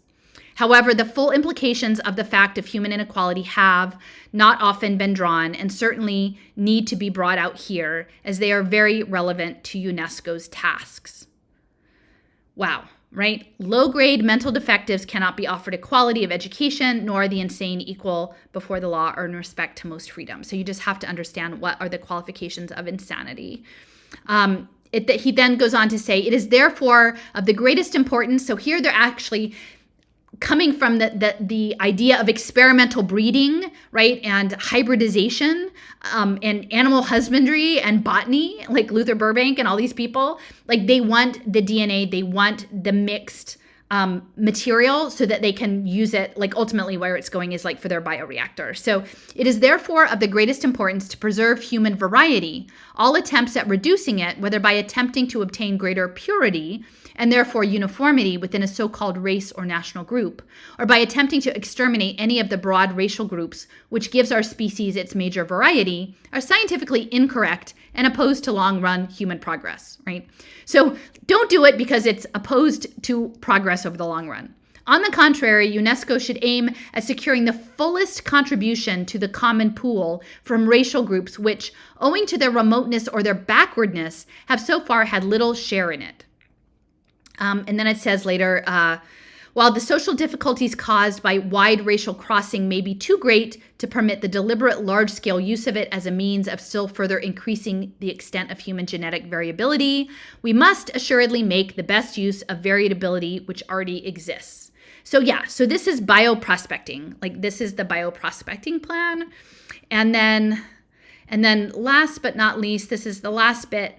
It says, it's talking about eugenics and legitimizing eugenics. Still another and quite different type of borderline subject is that of eugenics. It has been on the borderline between the scientific and the unscientific, constantly in danger of becoming a pseudoscience based on preconceived political ideas or on assumptions of racial or class superiority and inferiority. It is, however, essential that eugenics should be brought entirely within the borders of science, for, as already indicated, in the not very remote future, the problem of improving the average quality of human beings is likely to become urgent, and this can only be accomplished by applying the findings of a truly scientific eugenics. So, yeah. So scientific eugenics, that was their goal, right? And that has to be understood again within managed poverty. Oh, and I forgot to say the other thing about managed poverty. So Alex Hazeltine, one of the other things he was working on, he was a co-author on an EU-funded paper on social currency in 2014. So we've got transformative social innovation theory, game changers and transformative social innovation, the case of the economic crisis and the new economy. And this is a working paper. So this is the way you manage the poor into the evolutionary scale through managing their economic system. And then the table of contents, remember, this is 2014, includes Chapter 3, Game Changers or the Economic Crisis. Chapter 4, Narratives on Change. For example, a new social economy. Chapter 5, System Innovation, Welfare Reform. Section 6, Social Innovation, Complementary Currencies. And Chapter 7, Societal Transformation. And so what I would say is I'm just asking for folks who are in this complementary currency space, right? Local currency, this story that's being told that you can be outside the system and have your own currency. Like, understand that these people who are running the cybernetic game, like, they're all about that. They're all about that. So that when it swings back from the gross, greedy crypto bros into the progressive complementary currency space, like, don't be surprised. And think about the influencers out there who are maybe engaging in talking about local economics, but without mentioning all of the systems engineering and the fact that this backstory is going on as well. Like, these are parallel stories being played out. And if you don't know the other stories that are in the space, you're going to be at a terrible disadvantage, in my opinion. So this is just a graphic from this paper that's talking about, it goes from economic crisis to climate change to ICT revolution. I mean, 2014, they're just laying it out. System innovation in health and well-being, energy, transportation, water, finance. I've been talking about this for quite some time, and you guys who are on here, you know what I'm talking about. But it's very important to see it laid out in 2014, paid for by the EU. And then I'm going to just run this quick video about INET. And I have an old blog post. It's called the Institute for New Economic Thinking.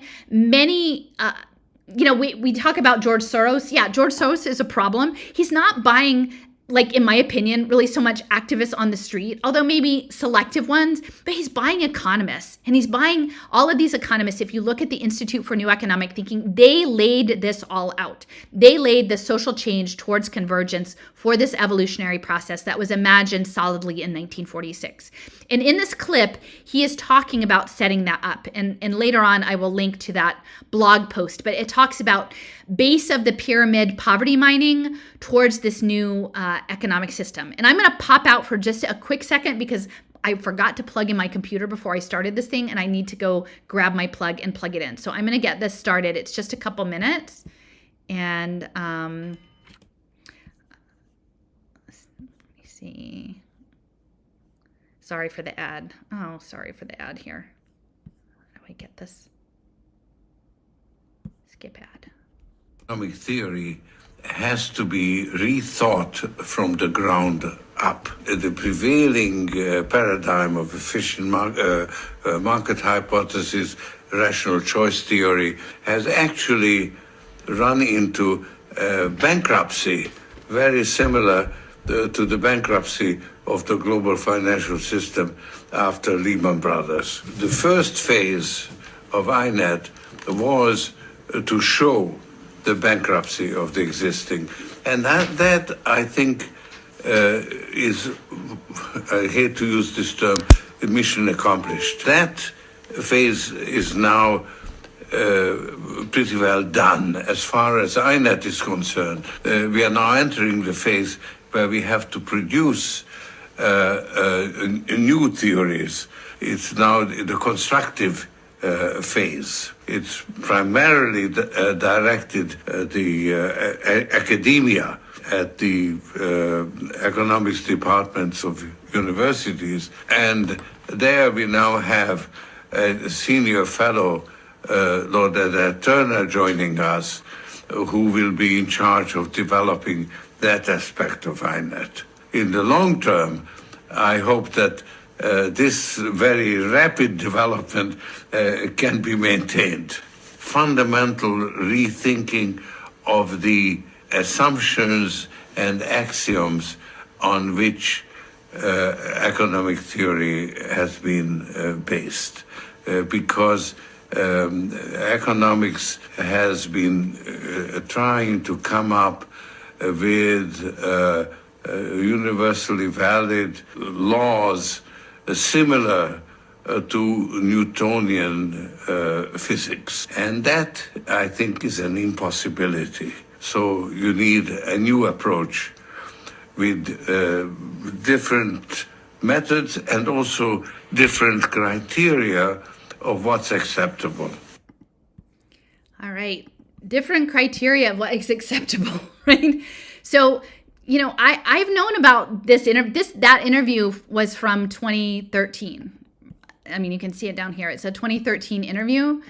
So we're going not quite 10 years, but this has been in the pipeline for a long time. And this is the economic transformation. It's not coming from the, it's an emergent phenomenon that is worldwide, because the metaverse is a worldwide project. And so it has to thread the needle between like the collectivist mindset and the capitalist mindset. Like it's working really hard to approach both sides of it. So, okay. So then we have, Yeah, how you manage the poor. You manage the poor through managing their money with community currencies, and have it programmed with values so that the values become machine readable. You normalize eugenics, and you call it you call it nanobiotechnology and precision personalized medicine. And then just going back to this SHINE, remember, and the medical radioisotopes and the next gen nuclear, and this shift to photonics. This is where Huxley is talking about these backwards communities and letting the light in. And so for me, again, that's also central to the Quaker tenet of like the light within. And I feel like they are trying to corral the biophotonic power systems into into the Voronoi blockchain crystalline thing, right? They're trying to capture the actual biophotonic like systems of our consciousness and our soul into their simulation, right? Into their environmental simulation. They say, come down here and do this environmental simulation, because if not, the world is going to end and you have to do it or you're a terrible person. So this is what UNESCO is saying about photonics. And it's grounded in this eugenic outlook. From this global aim, another principle immediately follows. It is that UNESCO should devote special attention to the leveling up. Now, that's an interesting choice of words, leveling up in the gamification of educational, scientific, and cultural facilities in all backward sectors where these are below the average, whether these be geographical regions or underprivileged sections of a population. To use another metaphor, it must attempt to let in light. Let in light on the world's dark areas. Now, I would say for someone who's been long operating in the education space, what comes out to me is that they were always talking about gaps. The gaps, closing the digital divide, closing the gaps, getting to the people who were outside, like without the understanding that eventually that closing the digital gap, the digital divide, closing those gaps means that you are now in their digital smart contract layer prison.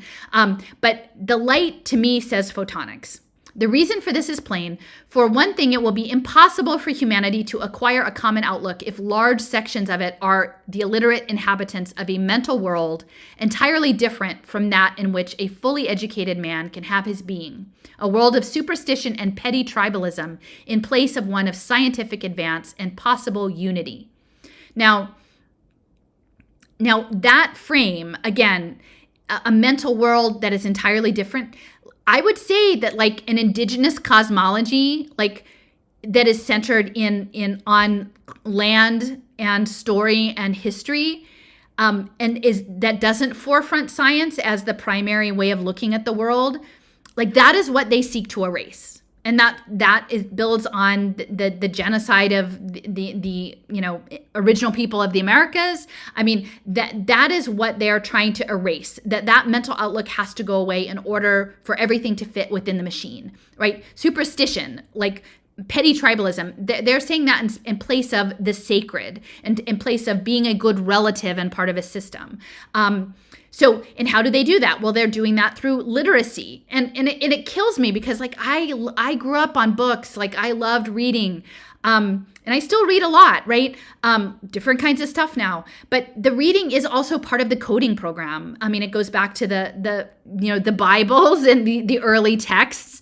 That the common reading is a way to create consensus reality. And now reading, actually, the new literacy is media literacy, right? The whole Marshall McLuhan, like we're navigating a world of visual imprinting. But the literacy campaigns that are Pay for Success programs, these third grade reading score programs, that's part of the Chicago social impact bond, was not just pre-K linked to special education, but was actually linked to third grade reading scores. The literacy part is part of the programming. So this is again from Huxley, Julian Huxley. Thus, mass communication against illiteracy and for a common fundamental education must form part of the UNESCO's program. Further, a satisfactory common scale of values can obviously not be attained so long as large sections of mankind are preoccupied with the bare material and physiological needs of food, shelter, and health. Again, science will not achieve its optimum rate of advance either in research or in the application until its light photonics, its light, is more evenly shed over the dark surface of the world's ignorance, so as to provide a more equitable distribution of scientists, of apparatus, of equally important in the long run, of popular understanding of science. And so the other piece of this, and this is something that Sebs has touched on, is this idea of melanin, that the black and brown people of the world, the people that are highly melanated, melanin is actually a material that is used to turn nanomachines and make them biocompatible. If you look at like the biomedical use of melanin, it's really central. So if you start factoring in the photonics and the nanomachines and the use, the down lookingness on like the cosmology of the darker nations in favor of an enlightenment, right? This Western enlightenment that is incredibly embedded within Keynesian economics, within behavioral economics, within moral markets. It all starts to kind of come together. So, and I will point out up here about the idea of meeting people's bare material needs. Well, that's universal basic income. And in the research, you'll see one of the leading groups that's piloting these programs, $1,000 a month, is Kellogg. And the Kellogg family, they were documented eugenicists. They came out of a eugenics health and wellness program, the Seventh-day Adventists, and vegetarianism and wellness, but also highly, highly connected to eugenics. And they were doing like a UBI pilot in Jackson, Mississippi. So you need to get everybody like on this baseline to create the consensus reality, which is this next phase that's coming. This is just an article that I found from January that's talking about looking for the brain's quantum network and information processing through light in the brain.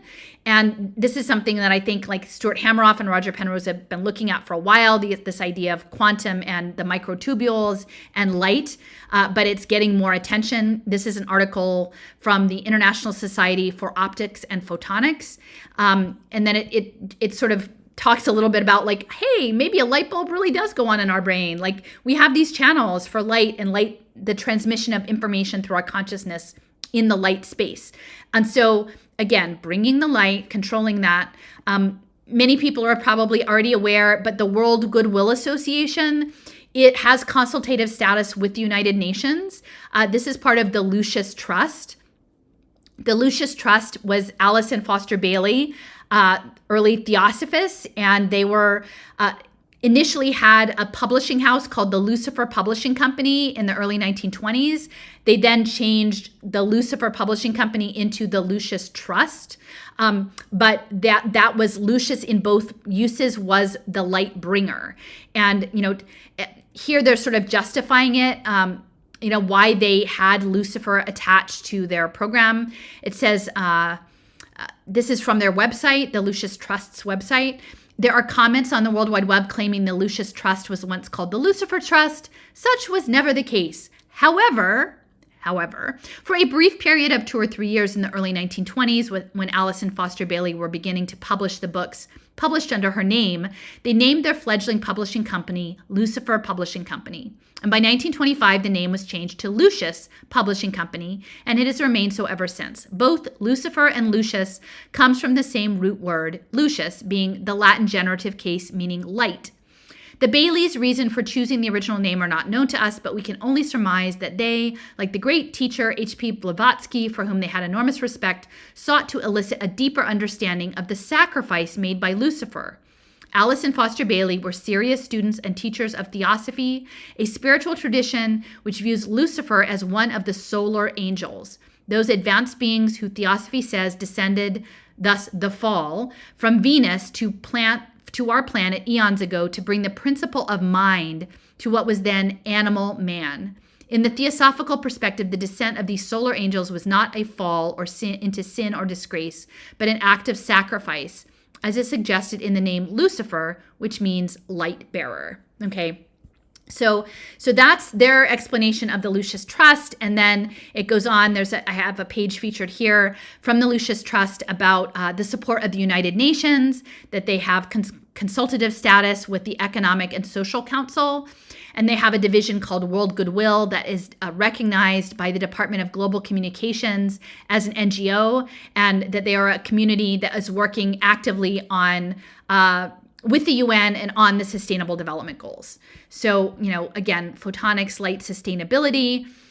This is a paper that I would encourage people to look at from 2012 from the World Goodwill Association called The Child Awakening the Consciousness of the Soul, particularly in light of the role of soul-bound tokens.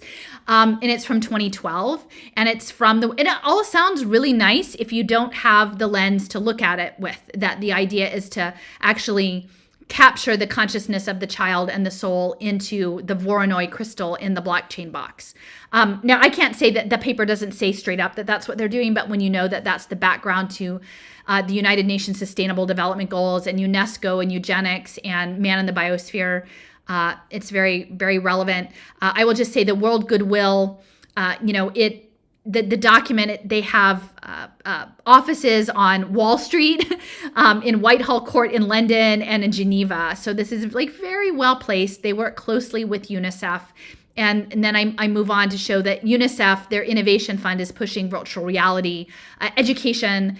There's an image of Nubian VR, which is a highly occulted object. It's these Oculus headsets. Again, Oculus meaning like an opening, but literally all of the senses of this black child, boy, like his eyes are covered, and in the place of his eyes is an infinity loop and this sort of field,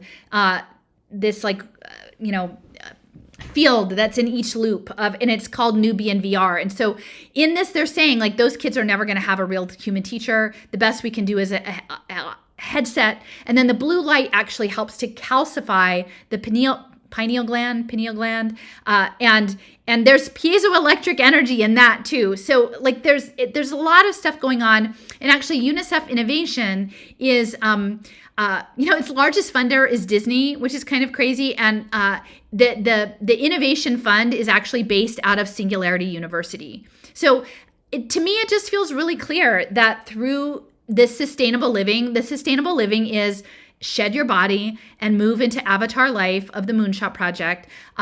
Train your children to accept that as their future, and we will educate them thusly into that while we're mining their data for Sophia the robot and making profit on the impact finance space.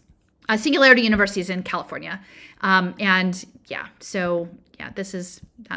there we have photonics.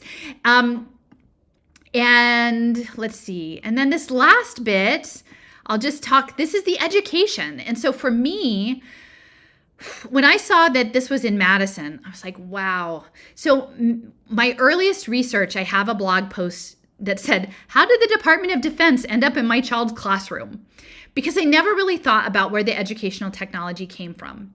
And it came from something called Advanced Distributed Learning, or ADL.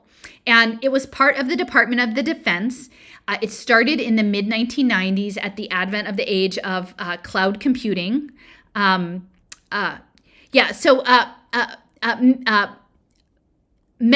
is used in making nanotechnology biocompatible. I see someone's asking about the melanin question. Yeah, so it is.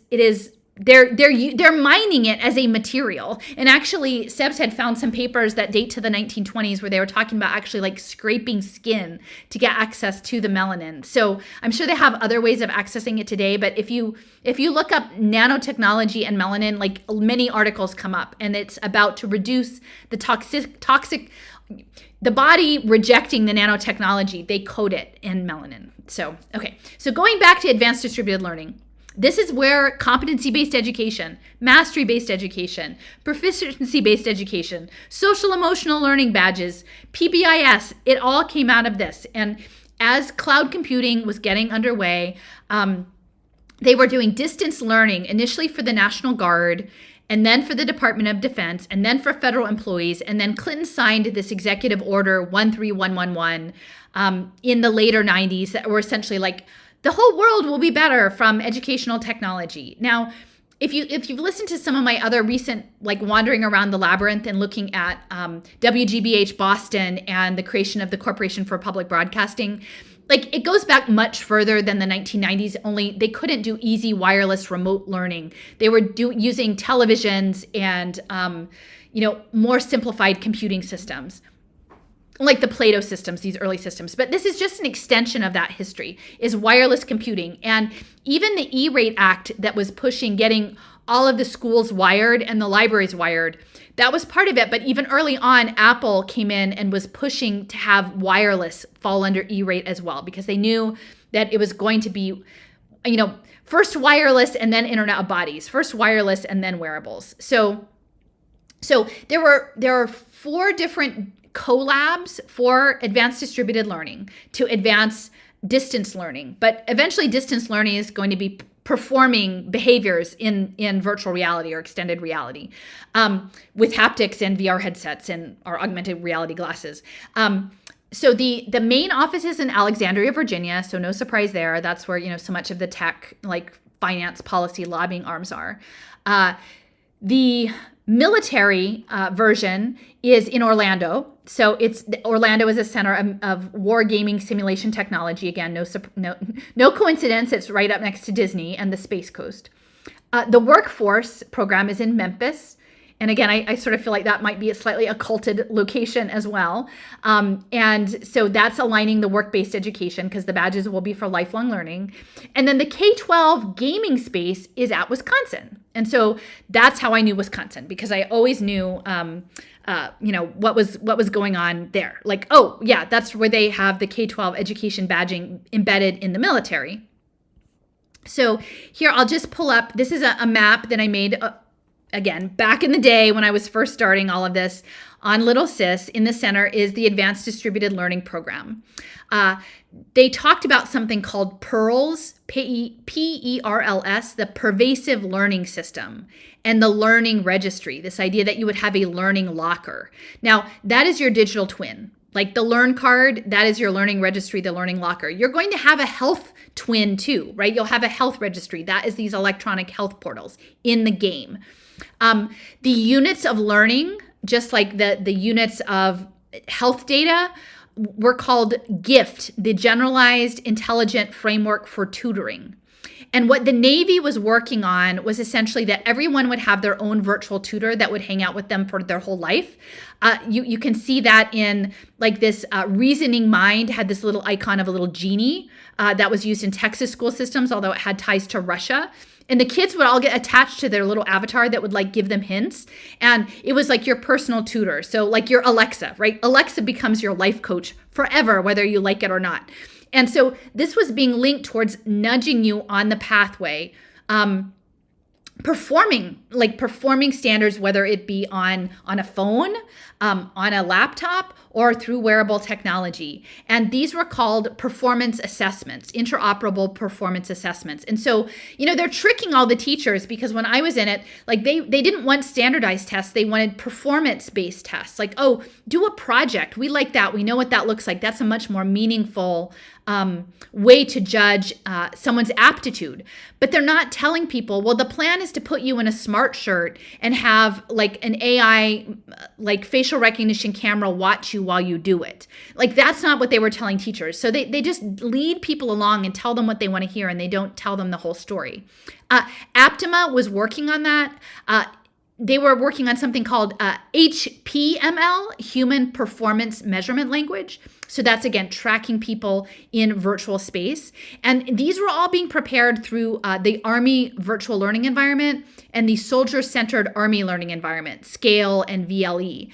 And so, again, I'm not saying, like, it makes sense to a certain extent to do some of this remote training for the military, because if you're going to try to, like, raid compounds or figure this stuff out, like, assuming like, and again, I'm not a military person. I'm someone who would prefer to have that not be an issue at all. But in that use case, sure, you would want to go through a bunch of different scenarios and you would want to try to make it as simulated as possible. But the thing is, as with so many things, the war machine, the technologies developed there are then pulled out and used in commercial ways, used on the rest of us. And so the Army Research Lab had a very close collaboration with the University of Southern California on this Institute for Creative Technologies up here in the upper left. And there, in 2008, they had a whole gathering called Intelligent Lifelong Learning Companions. And it was all these papers about how they were going to create a lifelong learning companion for you, right? And Bran Farron and Mike Zaida were some of the leads on that project. It was an outcome of an effort that brought together people doing modeling and simulation in Hollywood and the defense industry. And so you've got like Disney meets the Army Research Lab. And then we turn that into lifelong learning and training with a nice dose of like behavioral programming, to get you to do what we want to do.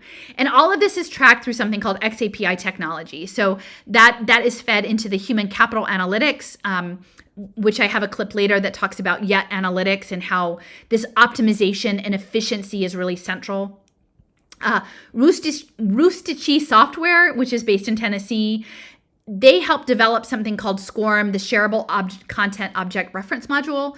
And that was essentially how you interfaced with data on traditional devices like laptops. But it didn't work for tablets or phones or wearables. So eventually they developed this new XAPI or Tin Can API technology that would work more broadly with the Internet of Everything. And in all of this, one of the key people in this early executive order that Clinton did setting up the whole program, he created something called the Advisory Committee on Expanding Training Opportunities. And again, this is your lifelong learning and globalization 4.0 telepresence, labor, remote work through a robot. And the co-chairs of that were Hillary Pennington, who later became the head of programs for the Ford Foundation and worked on programs for the Gates Foundation, as well as Christine Hemrick, who had ties to the FCC and Cisco systems. And so big business was always going to engineer you into their human capital program. And so all of this is against the backdrop. As soon as I saw Madison, like you can imagine, this is the window into education. Again, I forgot to mention Elaine Rayborn. She's out of Sandia National Labs, but she does gigs over at the Orlando ADL Collab.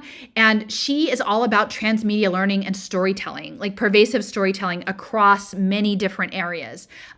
So you would have a story that you would experience on your laptop, and then it would pop up on your phone, and then it might be through your augmented reality glasses, and it would hold the storyline across, and it was about measured behavior change for the military, but then they were applying that in non-military settings. And so you can imagine us inhabiting a game, inhabiting literally a simulation gaming environment at which the people in the US military and Hollywood have been deeply embedded in building it out and refining it for, probably 25 years or more, right? And we don't know this game. It's not our game. And we're allowing the game to be built, this Web3 smart contract layer around us. And meanwhile, like what happens to the children? Like what happens to this next generation? So I just have a couple of clips. This talks a little bit about human capital and XAPI. So let me see.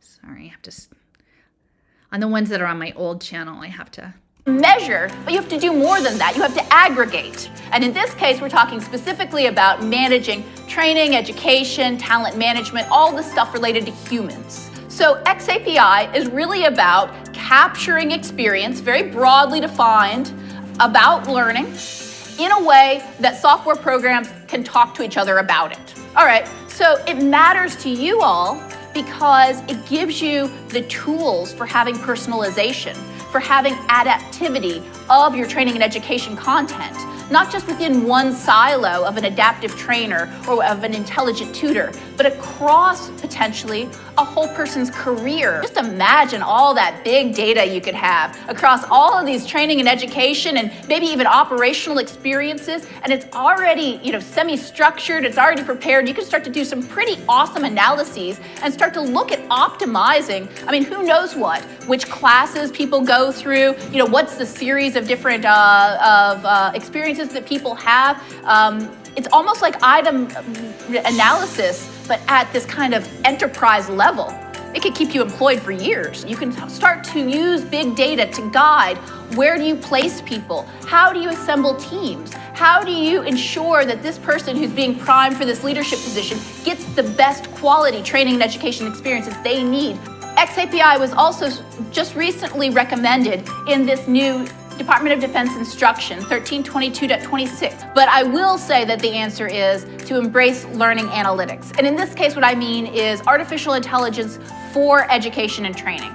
So specifically, I'm talking about the measurement, collection, analysis, reporting of data on learners and their contexts for the purposes of understanding and optimizing learning and the environments in which it occurs. The thing that is really powerful is when you put it all together, because a single standalone system will only give us limited insights.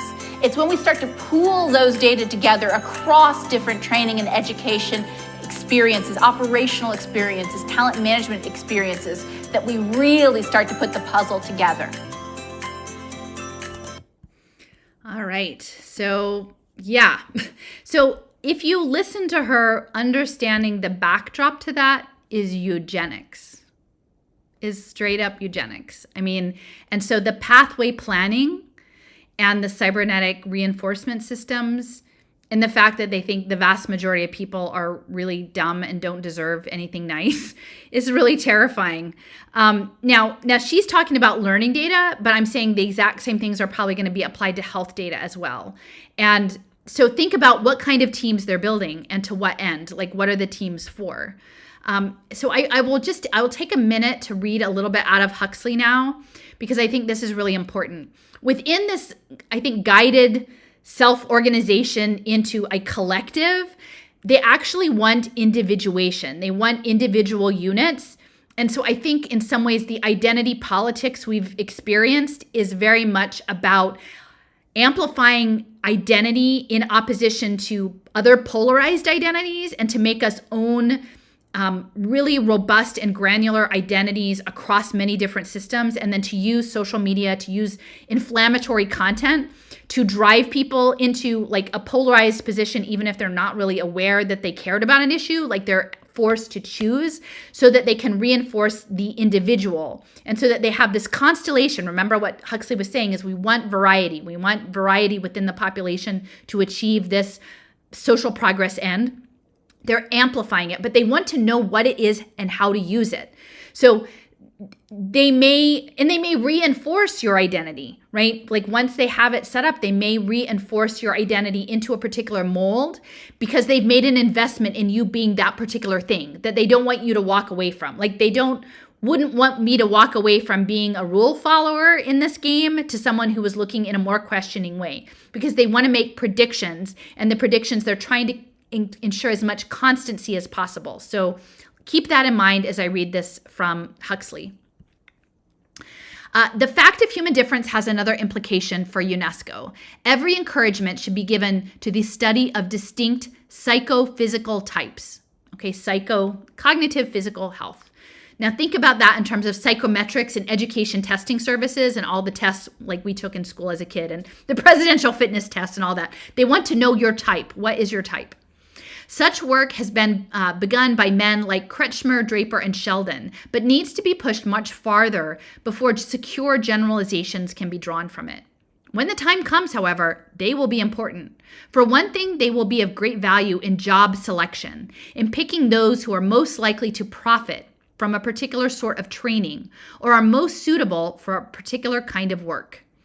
Conversely, we shall then be enabled to lay down that certain types of men should be debarred from holding certain types of positions. Okay, so that is the control. That is AI controlling the globalized labor force through the badging. And that's exactly what the woman just said in that clip. Okay, still more important, any such generalizations will give us a deeper understanding of the variation of human nature, and in doing so will enable us correctly to discount the idea of men of this or that type. Thus, it already seems clear that fanatics and overzealous doctrinaire moralists are generally of the general type christened asthenic by Kretschmer, and the time will doubtless come when we shall be able to more precise To be more precise and say that a particular subtype of asthenic is definitely prone to over-rigid moralizing, depending on an exaggerated guilt complex, combined with a tendency to introversion, and therefore that men of this type should not be allowed to do what they are likely to be itching for, namely be arbiters of morals or in any way responsible for the punishment of offenders. Okay, so they're creating psychometric profiles of people and then deciding what their opportunities are based on that. And I find it really interesting that they seem to really be downplaying morality, and I think it's because they want like evolving ethics. And then I'll read this section. Variety is desirable, but the existence of weaklings, fools, and moral deficients cannot be but bad. It is also much harder to reconcile politically with the current democratic doctrine of equality. In face of it, indeed, the principle of equality of opportunity must be amended to read equality of opportunity within the limits of aptitude. Thus, it is a fact, however disagreeable, that a considerable percentage of the population is not capable of profiting from higher education. To this point, we shall return later. It is equally a fact that a considerable percentage of young men have to be rejected from military service on grounds of physical weakness or mental instability, and these grounds are often genetic in origin. Back to eugenics. Again, many people are not intelligent or scrupulous enough to be entrusted with political responsibility, a fact that which unfortunately does not prevent quite a number of them from attaining it. To adjust the principle of democratic equality to the fact of biological inequality is a major task for the world, and one that will grow increasingly more urgent as we make progress towards realizing equality of opportunity. To promote this adjustment, a great deal of education of the general public will be needed, as well as new research. In both tasks, UNESCO can and should cooperate. This does not mean, of course, that UNESCO should aim at labeling, docketing, or dragooning humanity. It means that it should encourage all studies and all methods which can be used to ensure that men find the right jobs and are kept away from the wrong jobs, to ensure that individuals find outlets satisfying to their temperament and work appropriate to their talents, while at the same time ensuring that society is not overburdened with people in positions for which they are inadequate, or still worse, they are unqualified. So, yes.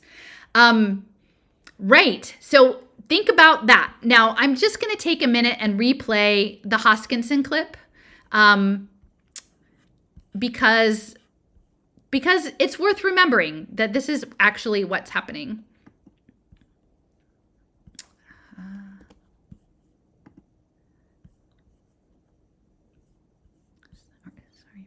Sorry for the ads, guys. Should probably do the subscription to get the not ads, but I'm loath to do that. Oh gosh, another ad. Okay. Which is a deal that we have closed with the Ministry of Education, containing 5 million students using a technology called PRISM, integrated in the Cardano blockchain. Every one of these students will have a digital ID called a DID, and that DID carries with it metadata that will travel with them throughout their entire academic life, and like those who left Facebook's clutches of the university into the real world, will actually follow them into the economic world. So as they graduate, as they go into the economy, eventually this infrastructure can be used for property, for payments, for voting, and all other manners of their economic life. And what's beautiful about this evergreen deal is it's extensible. Our priorities and goals are directly aligned with the vision and priorities and goals of the Ethiopian government. In a recently published doctrine of Ethiopia 2025, there was a bold vision to digitize the country on 4 pillars, the first of which was a national ID system. It is our belief that the work we have done here with PRISM and Cardano for these 5 million students will inevitably grow to be an inspiration and perhaps the system for 107 million Ethiopians, allowing them for the first time to globalize on equal terms with the United States, the European Union, China, and other modern developed economies. In addition to this system goes far beyond just identity. Our belief is that it can be used to help people procure jobs, to help people prove their skills, because the system can verify credentials, the system can verify certificates, the system can be used for a litany of activities which are required for people to understand who are credible actors to deal with and who have earned the right to have a job. The flagship of which... Right. Okay. So who are credible actors? They will track them from preschool and determine who has the right to have a job. And that's the AI, right? The AI is making that decision. And again, he's saying they're in alignment with the government, but I would like to point out that you could, if you understand governance as cybernetics, like you could replace an elected government with a theocracy, with a technocracy, with fascism, with communism. You could have any one of those assortments and it would still function in the same way as a governing mechanism. It's from, I think, when Cardano was rolling out their Africa plan. And I think it's important. Did you note it? It's called PRISM. It's called PRISM. So yeah, the PRISM, right? And so we've got that. And then this last bit that I'm going to read. Oh, I guess there's a couple more. Okay. No. So here's the last bit. These things being so, it becomes clear that the approach of UNESCO must be to adopt certain general principles concerning education. Not only that it should fit him to take his place as a member of the community and society into which he is born, but certain further principles which have been lacking in existing systems of education. Okay, so these are the principles. First, education can and should be a permanent and continuing process. The mind is capable of growth throughout life, and provision must be made for assisting its growth. In other words, for education among adults of all ages and not only children and young people. Yes. And of course, we know you do learn things and people should be given opportunities to learn things, but this is about maximizing cognitive functioning for the purposes of the machine on blockchain. This was not coming from altruism. And so, once you know that, this idea of adult education, like in spatial computing, takes on a different feeling. So lifelong learning on the ledger. Next, the education has a social as well as an individual function. It is one of the means by which society as a whole can become conscious of its traditions and its destiny, can fit itself to make adjustment to new conditions, and can aspire it to make new efforts towards a fuller realization of its aims. Again, so the social function of education, consensus reality, reinforcing collective tradition, and also this idea, I guess, of, ultimately, if when demanded, self-sacrifice for that as the social reinforcement. And then again, allowing the machine to learn their social relations. And then in the new hybrid form of school, the badge-based learning, competency-based education, whether that is work-based learning or project-based learning outside of school, which is central to this proficiency-based model, they actually want to know how you function with other people and maybe even other machines or other non-human consciousnesses. And so they want to create spaces for that interaction. That's why, the social impact bonds, for pre-K, why they have the We Play Smart tables in EduCare. They're not single player games, they're multiplayer games because the richest data sets come from how we interact with one another.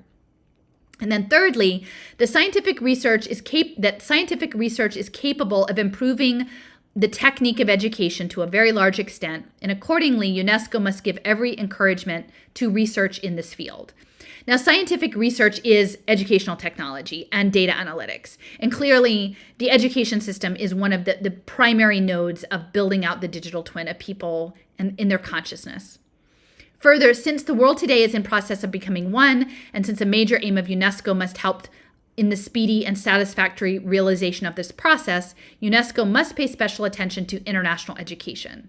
And again, they always knew that the metaverse, the new empire, was a global empire. It was a one world order plan, right? So the international education is important. And so I will just say, someone shared with me a video yesterday, and it was from people in the Salt Lake City area, and moms, and very well-meaning and very well-intentioned moms who are concerned about all of these issues that we're all concerned about. And yet I feel like the way in which people's attention are addressed, I don't know that they have a firm understanding of the structure and the way that they are being told a story to lull them into an enchantment to accept things that are unacceptable. And that much there's a lot of online Sturm und Drang that is stirred up to keep people focused and their attention focused in certain directions and not others. And, I feel like I've gone to Salt Lake City a couple times and I made public presentations. If the people there who largely identify as people of faith with conservative values understood that blockchain education vouchers were the gateway to avatar life into this post-human existence in a simulation, like, I would hope that they would have something to say about it, even though maybe their neighbors working at a nice corporate job in Silicon Slopes or at BYU in the digital identity space are the ones who are rolling it out, right?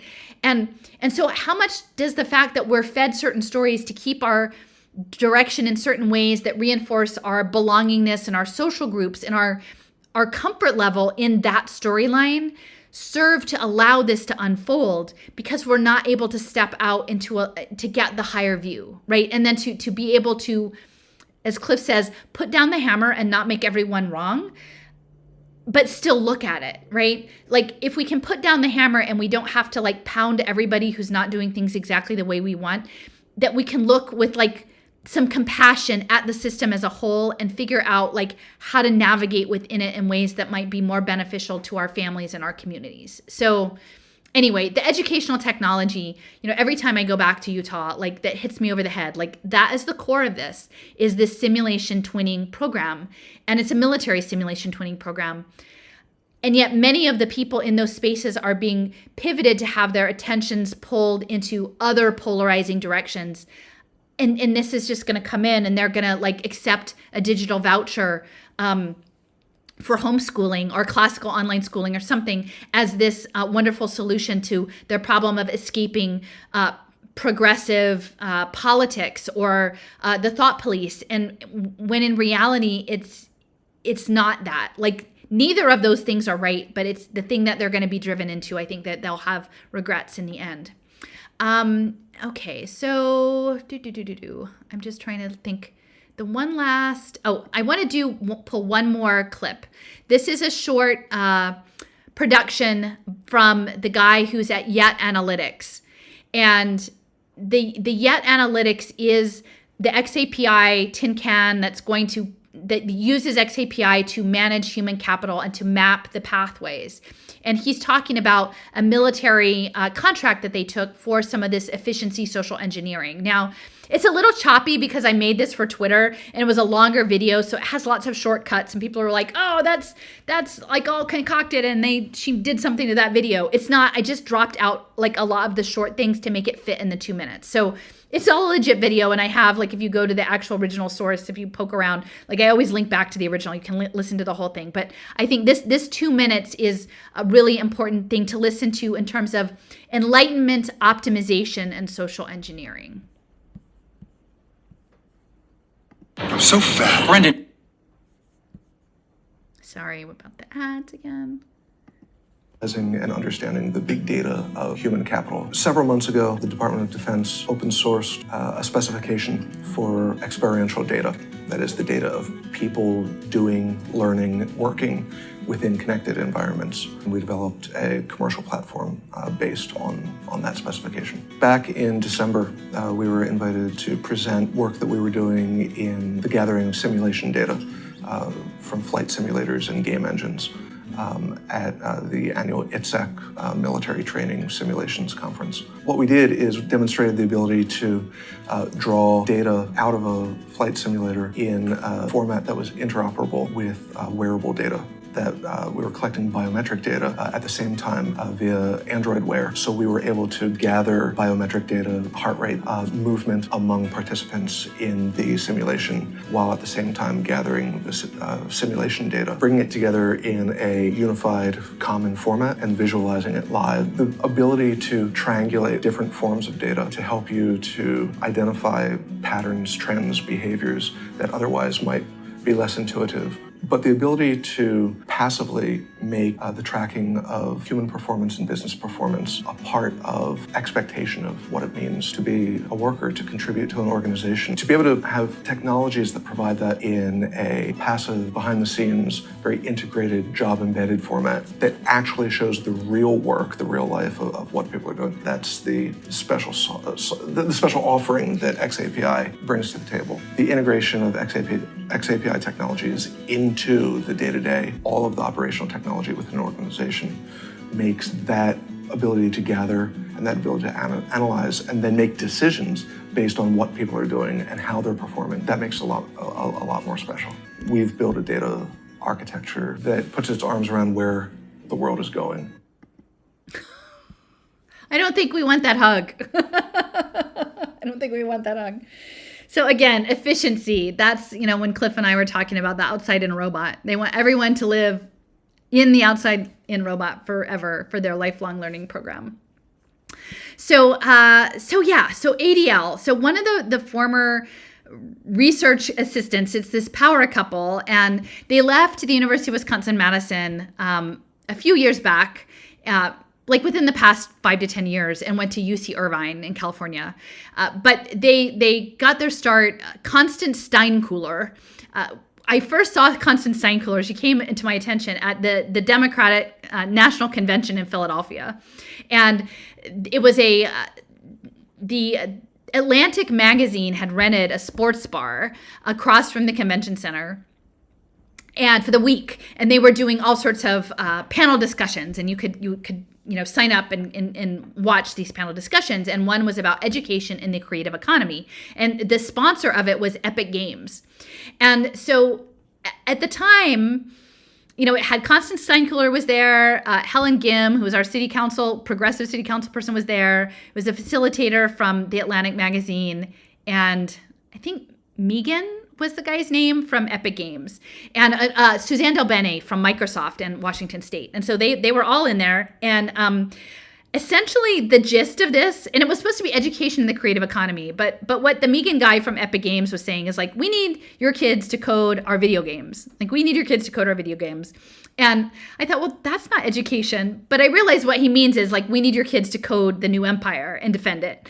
And that's the video game. The new way of living is to live in extended reality, and we need them to code all of that. So Steinkuhler was present for that event. She works in informatics and game design. She was a policy analyst in the Obama administration, and sort of part of this idea of serious games and changing social behaviors through gaming. So she's part of something now, she and her husband, the Games Learning and Society.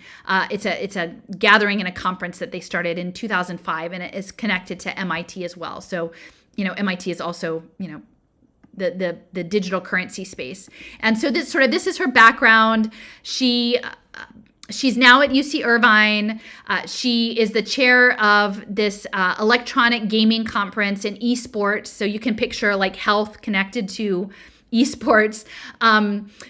They've been working on this conference for Games Learning and Society since between 2005 and 2016.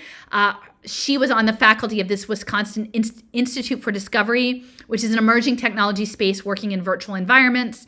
And was an advisor to education within video games of the White House in 2011, 2012. So at the time, again, we've been hit, like parents and teachers in the public education space, over the head for over a decade with all these increasingly high stakes and intrusive standardized tests. And then they back off and they start saying, well, maybe we can do projects. Well, maybe we care about emotional lives of children. Well, maybe we want all this other stuff now that we've got our digital identity systems going, our mastery transcripts, and wearable technologies, right?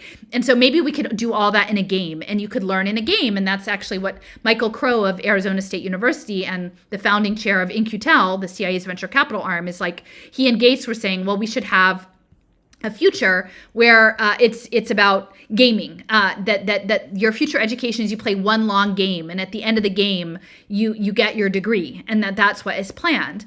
So this is a slide from a previous talk that Jason and I did featuring the Entertainment Software Association. Constance Steinkuhler is in the red here behind the guy's head there, and I will just read off the title of this panel presentation from 2017.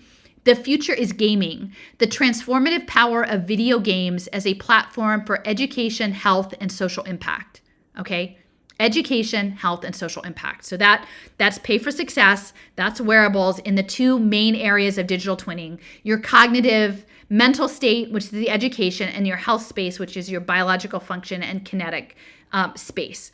So those are things. And on this other side, I wrote a whole series about Brazil being targeted again by the World Bank for pay for success finance, and using identity politics to draw, especially for women, women of color, Latina women, Black women, girls into the space of coding, STEM, and esports, and uplifting that, like uplifting teams, esports teams in the favelas to get them on board, that sending children to sort of dark subterranean computer labs, like with very high-end gaming consoles, is what progress looks like. So that's Constance, and then her husband is Kurt. And this is interesting to me. This was a Edutopia, again, George Lucas does Edutopia, and his wife, Melody, I can't remember Melody's name. She's a major venture capital investor. They have Edutopia. A lot of it is about consuming digital media and gaming. And so he was doing a talk on civic engagement in gaming, right? Because in e-government, they want us to perform all of our behaviors, particularly our social behaviors, our value-laden behaviors in the game, right? So participate in the game where we can steer you, and that where your behaviors can be managed by the AI, and we can add all of what you do there into the machine learning. This is his Google Scholars page, talking about, from 2005, games in the future of learning. Environmental detectives, augmented reality platform for environmental simulation. So that's the other part. Mad City Mystery, scientific argumentation with place-based augmented reality. And I was seeing this here in Philadelphia, these programs that are working about blending citizen science and augmented reality in smart city environments. But again, it's from the military. They know about MK Ultra. Like they maybe, my first experience online of seeing virtual reality from the perspective of an audience member, it was a talk. It was a British guy who was doing a demo at Penn State. This was early on in my education work, maybe like 2014. And he showed a clip of putting a VR headset on his sister-in-law, and it was a roller coaster. And, I just watching her in the clip, like her panic at this roller coaster experience. Now, some people love roller coasters. They're not my cup of tea. If you put me in a roller coaster VR, I would be sick, right? And so my initial reaction was like, this is a potential torture device. Like, as much as you can put people in this for good experiences, you could put them in for very, very treacherous experiences too. And I think that and it's capturing all of your biometric data coming back off of it. So these games, like literally mind games, are coming. So she was on the staff at the Discovery Institute. It was a spin-off of this Mortgage Institute. The Mortgage Institute, evidently, there was a guy at University of Madison, Wisconsin, who was one of the earliest pioneers in stem cell research, which is interesting, again, coming out of the eugenics breeding embryology program. And it was quite controversial, so they decided to remove that research out of the university and set it in a separate institution. So that's what Mortgage is. It hosts the virtual environment groups and the games and learning. So it's all within this Discovery. So she was on staff there. This is an image from their website about the virtual environment group. And I saw this about 3 years ago, but just they're trying to figure out how to, it's very ironic. They want, at the same time, they want to disembody us from our bodies. They want to embody the robots. And so it's this weird inversion of like, please give up your embodiedness to the machines that are seeking to replace you and live in the box, right? Like the prism wants to trade places with you. And even there's an image here with this glowing crystal and these people in a box. I think they talk about a cave, a 6-sided virtual reality cave. Like, here, guys, come into our box. Like, we're not telling you that it's a box trap. But so that this is the backdrop, and this is the Games, Learning, and Society. It's talking about, it's the longest standing Games for Impact research. Impact means data. They're trying to change your behavior through transmedia learning. It was started in 2005. It got relocated to UC Irvine. And it says, it is the premier center for transdisciplinary research and innovation in games and interactive media for learning, behavioral and social change. Behavioral and social change. Our core competencies are in understanding how game mechanics and game communities can be leveraged to produce conceptual, procedural, and social change. And I will say, like, even the game, like, there are normal spaces online now that you don't realize it's a game. Like, last night, someone invited me into one of these Clubhouse things, and I don't normally do that, but they, it was someone that I knew, and they felt that this group needed guidance around blockchain and Web3, and so I put the app on, and I agreed to do it, and like, there's trolls in these rooms that you don't even know that try to redirect the conversation, and it's literally like a game. It is a game of influence circles within these cybernetic spaces. And we have to understand that the machine is learning it as well as like any sort of assets that might be in those spaces as well. So that's Kurt. That's Games and Learning. Oh, let me see. That's just their website. Never mind.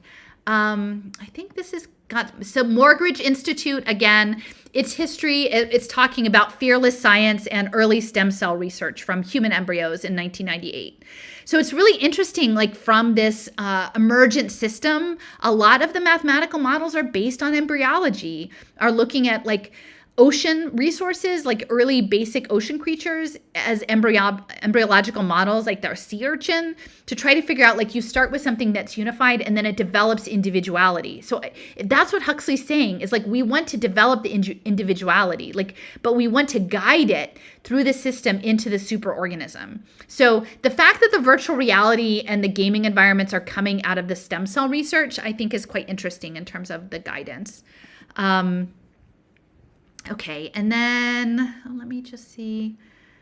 I guess I'm gonna read a little bit more UNESCO. I'm gonna talk about individuation. Okay, so, and the role of art, because I think this is the thing that strikes me, that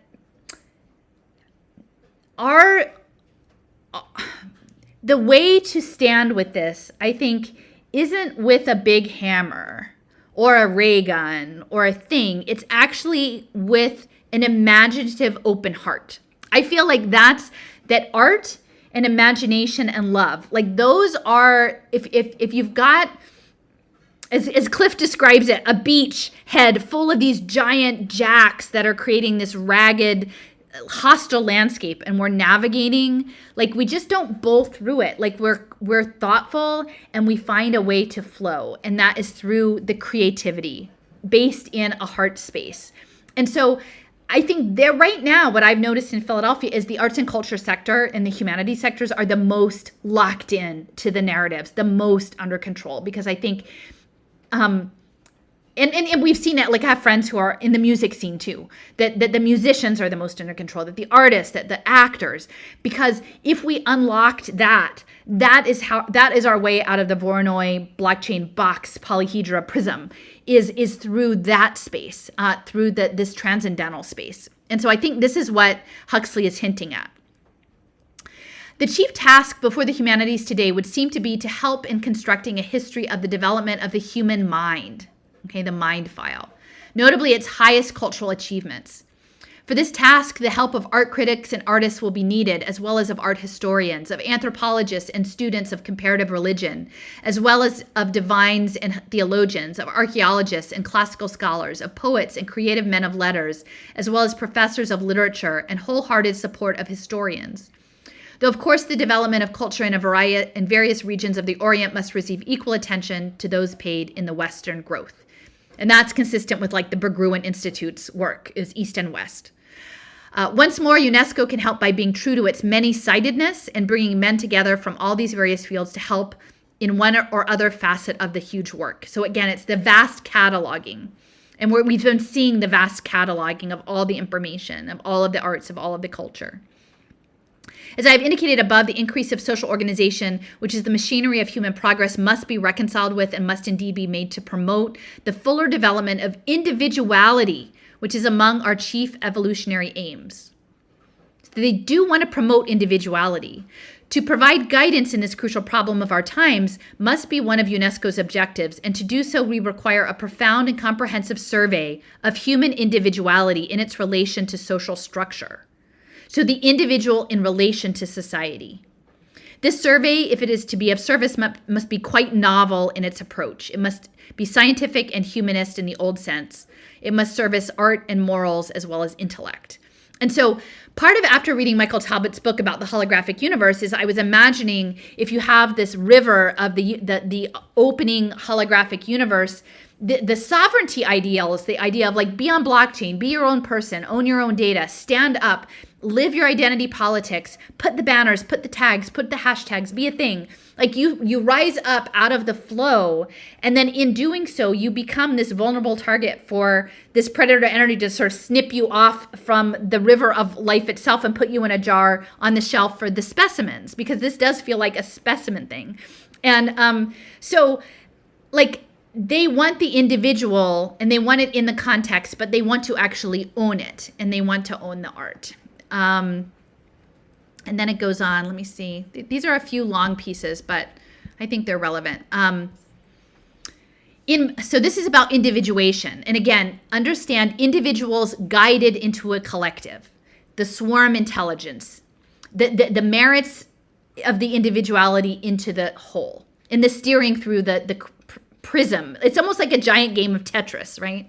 In biology, on the other hand, individuals are readily accessible to observation. Furthermore, the degree of individuation tends to increase during evolution among higher animals, notably higher mammals, so we are forced to recognize something of the same nature as human individuality. Human individuals to become more differentiated, and for human individuality to reach greater heights of development. So they're just saying we're getting more and more individual. In modern times, they say that the conflict between the development of individuality and the function of the individual as a cog in the social machine is challenging, all right? So they're trying to figure out the two sides.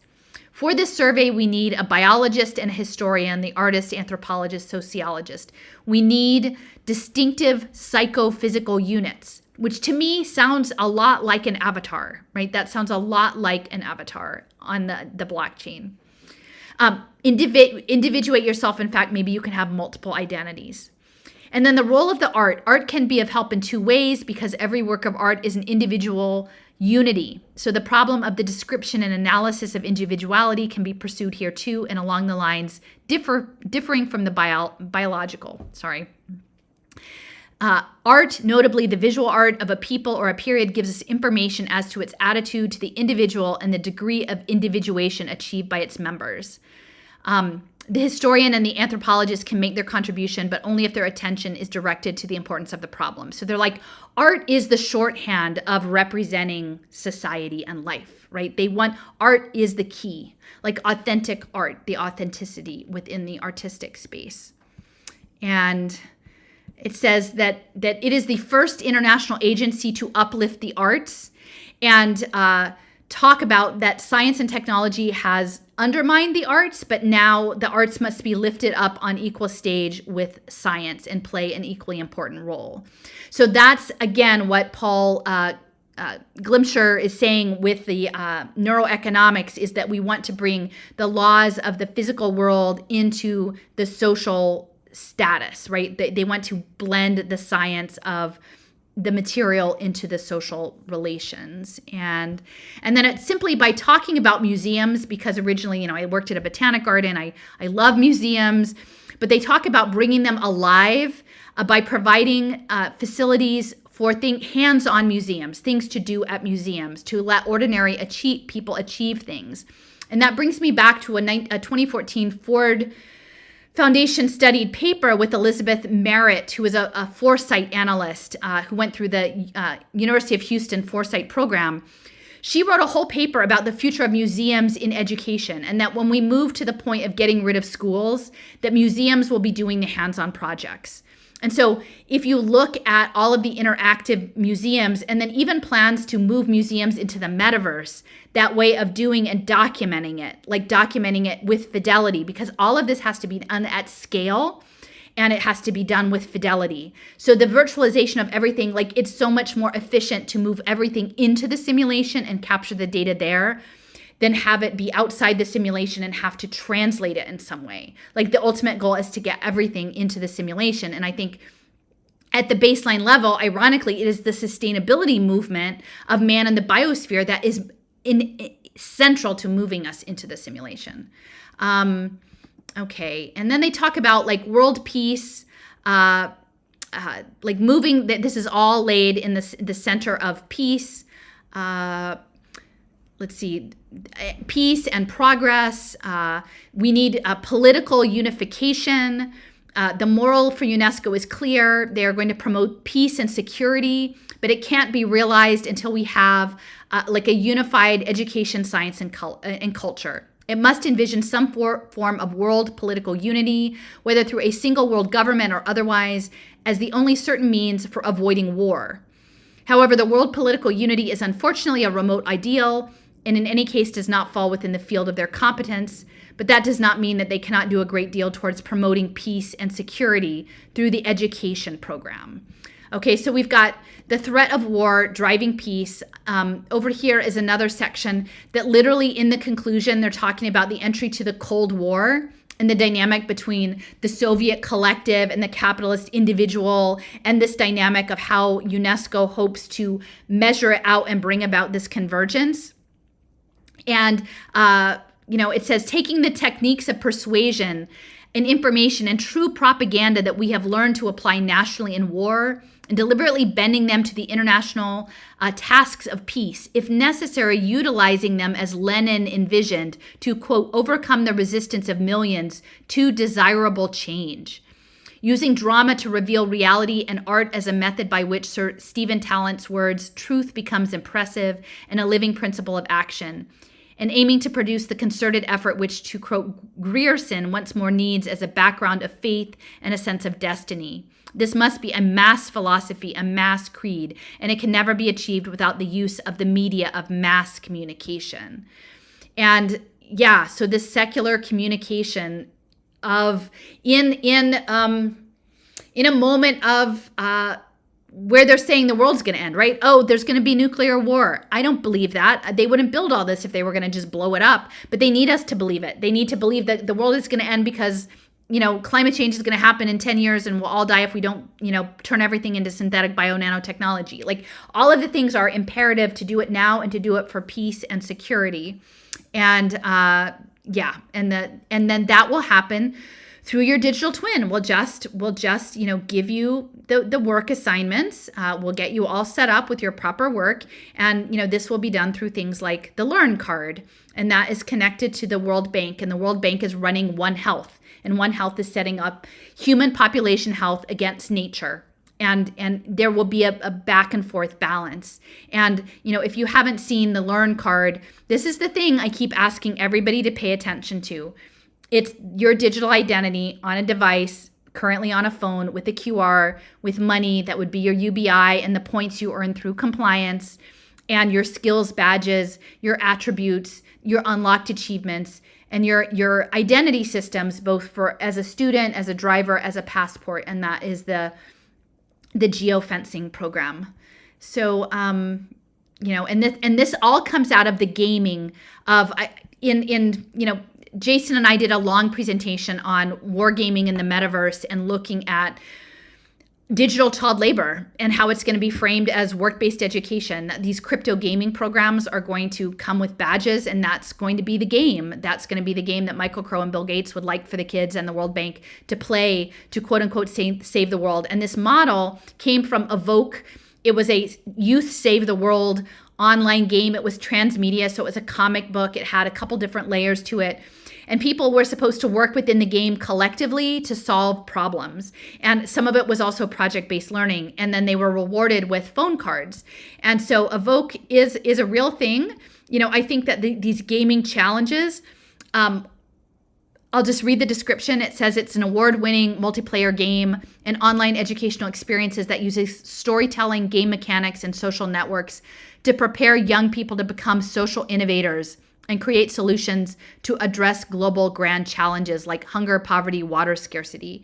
And it will support them as they get an understanding of the complex challenges and acquire skills, including critical reflection and social emotional skills like empathy. And that is because all of this is mining the being part of human. It is mining all of that. So anyway, I guess we're at 3 hours. So I've pretty much wrapped up this map. Again, just to reiterate in closing, this all started out for people who maybe got here late. I got an email from someone who had been talking about the adoption of an electronic health record in the Australian Capital Territory, and it was done by Epic Systems, which is an online health record company privately held since 1979 by Judith Faulkner, who got her start getting her master's in computer science at the University of Wisconsin Madison, and was mentored by two men who were both in the psychiatric field and working with early computer interfaces for health screenings. And the fact that university is connected to the early history of simulation modeling for climate and environment, poverty management, eugenics. It has alternative energy, including nuclear energy, and gamification, gamified educational learning spaces. And I feel like increasingly it's about pulling us into the game, as Kevin Werbach, would like to say, the biosphere is the game. I think Bantam Joe, back in the day, he was saying it's about civilization, right? It's the game of civilization. Some of these games, I think Squire even studied how playing the game of civilization impacted educational attainment. The biosphere is the game board, man in the biosphere. It's been coming from Huxley for a very long time. It's about life. Actually, it's about modeling our life as a performance for the machine. And I think if we can, and it says building peace, UNESCO, building peace in the minds of men and women through selective cybernetics and nanotechnology, right? And neuroeconomics and behavioral nudges, that this, and they have these people who look so chipper, walking through the tulips, I guess, with the sun, the solar rays, and the bees, and the fish, and the swarm intelligence. And I will point out here, in case people haven't noticed, when Leo was doing his work on the man in the biosphere, that their logo, dating back to the late 70s or early 80s, actually has an ankh on it. That's connected as MAB, but at the top of the M is an ankh, which is the Egyptian life symbol. So anyway, well, thank you for joining me. I hope this held together for other folks, that you can see how the health systems fit with the education systems, fit with the gaming, fit with radioisotope eugenics. And the next thing is we just need to figure out how to explain it to other people. And, I'm really grateful for Eve to do her zine, and we've been in touch, and she's doing a follow-up. So maybe this will help her inform her ideas about doing part 2 of Eve's zine of impact finance on the blockchain. So I don't know how many people are still here. I don't know if anybody has questions. I can wait for a moment, or if you could affirm that does make sense or it's kind of epic. I am going to be connecting back with Cliff next week. We've had some really good talks because I appreciate what he introduces in the conversation of tools of how to think about things. And so we're going to go back into that other labyrinth and get back into the area of neuroeconomics sometime next week. So I guess I will just end the stream now. But thanks for joining in, everyone, and take care.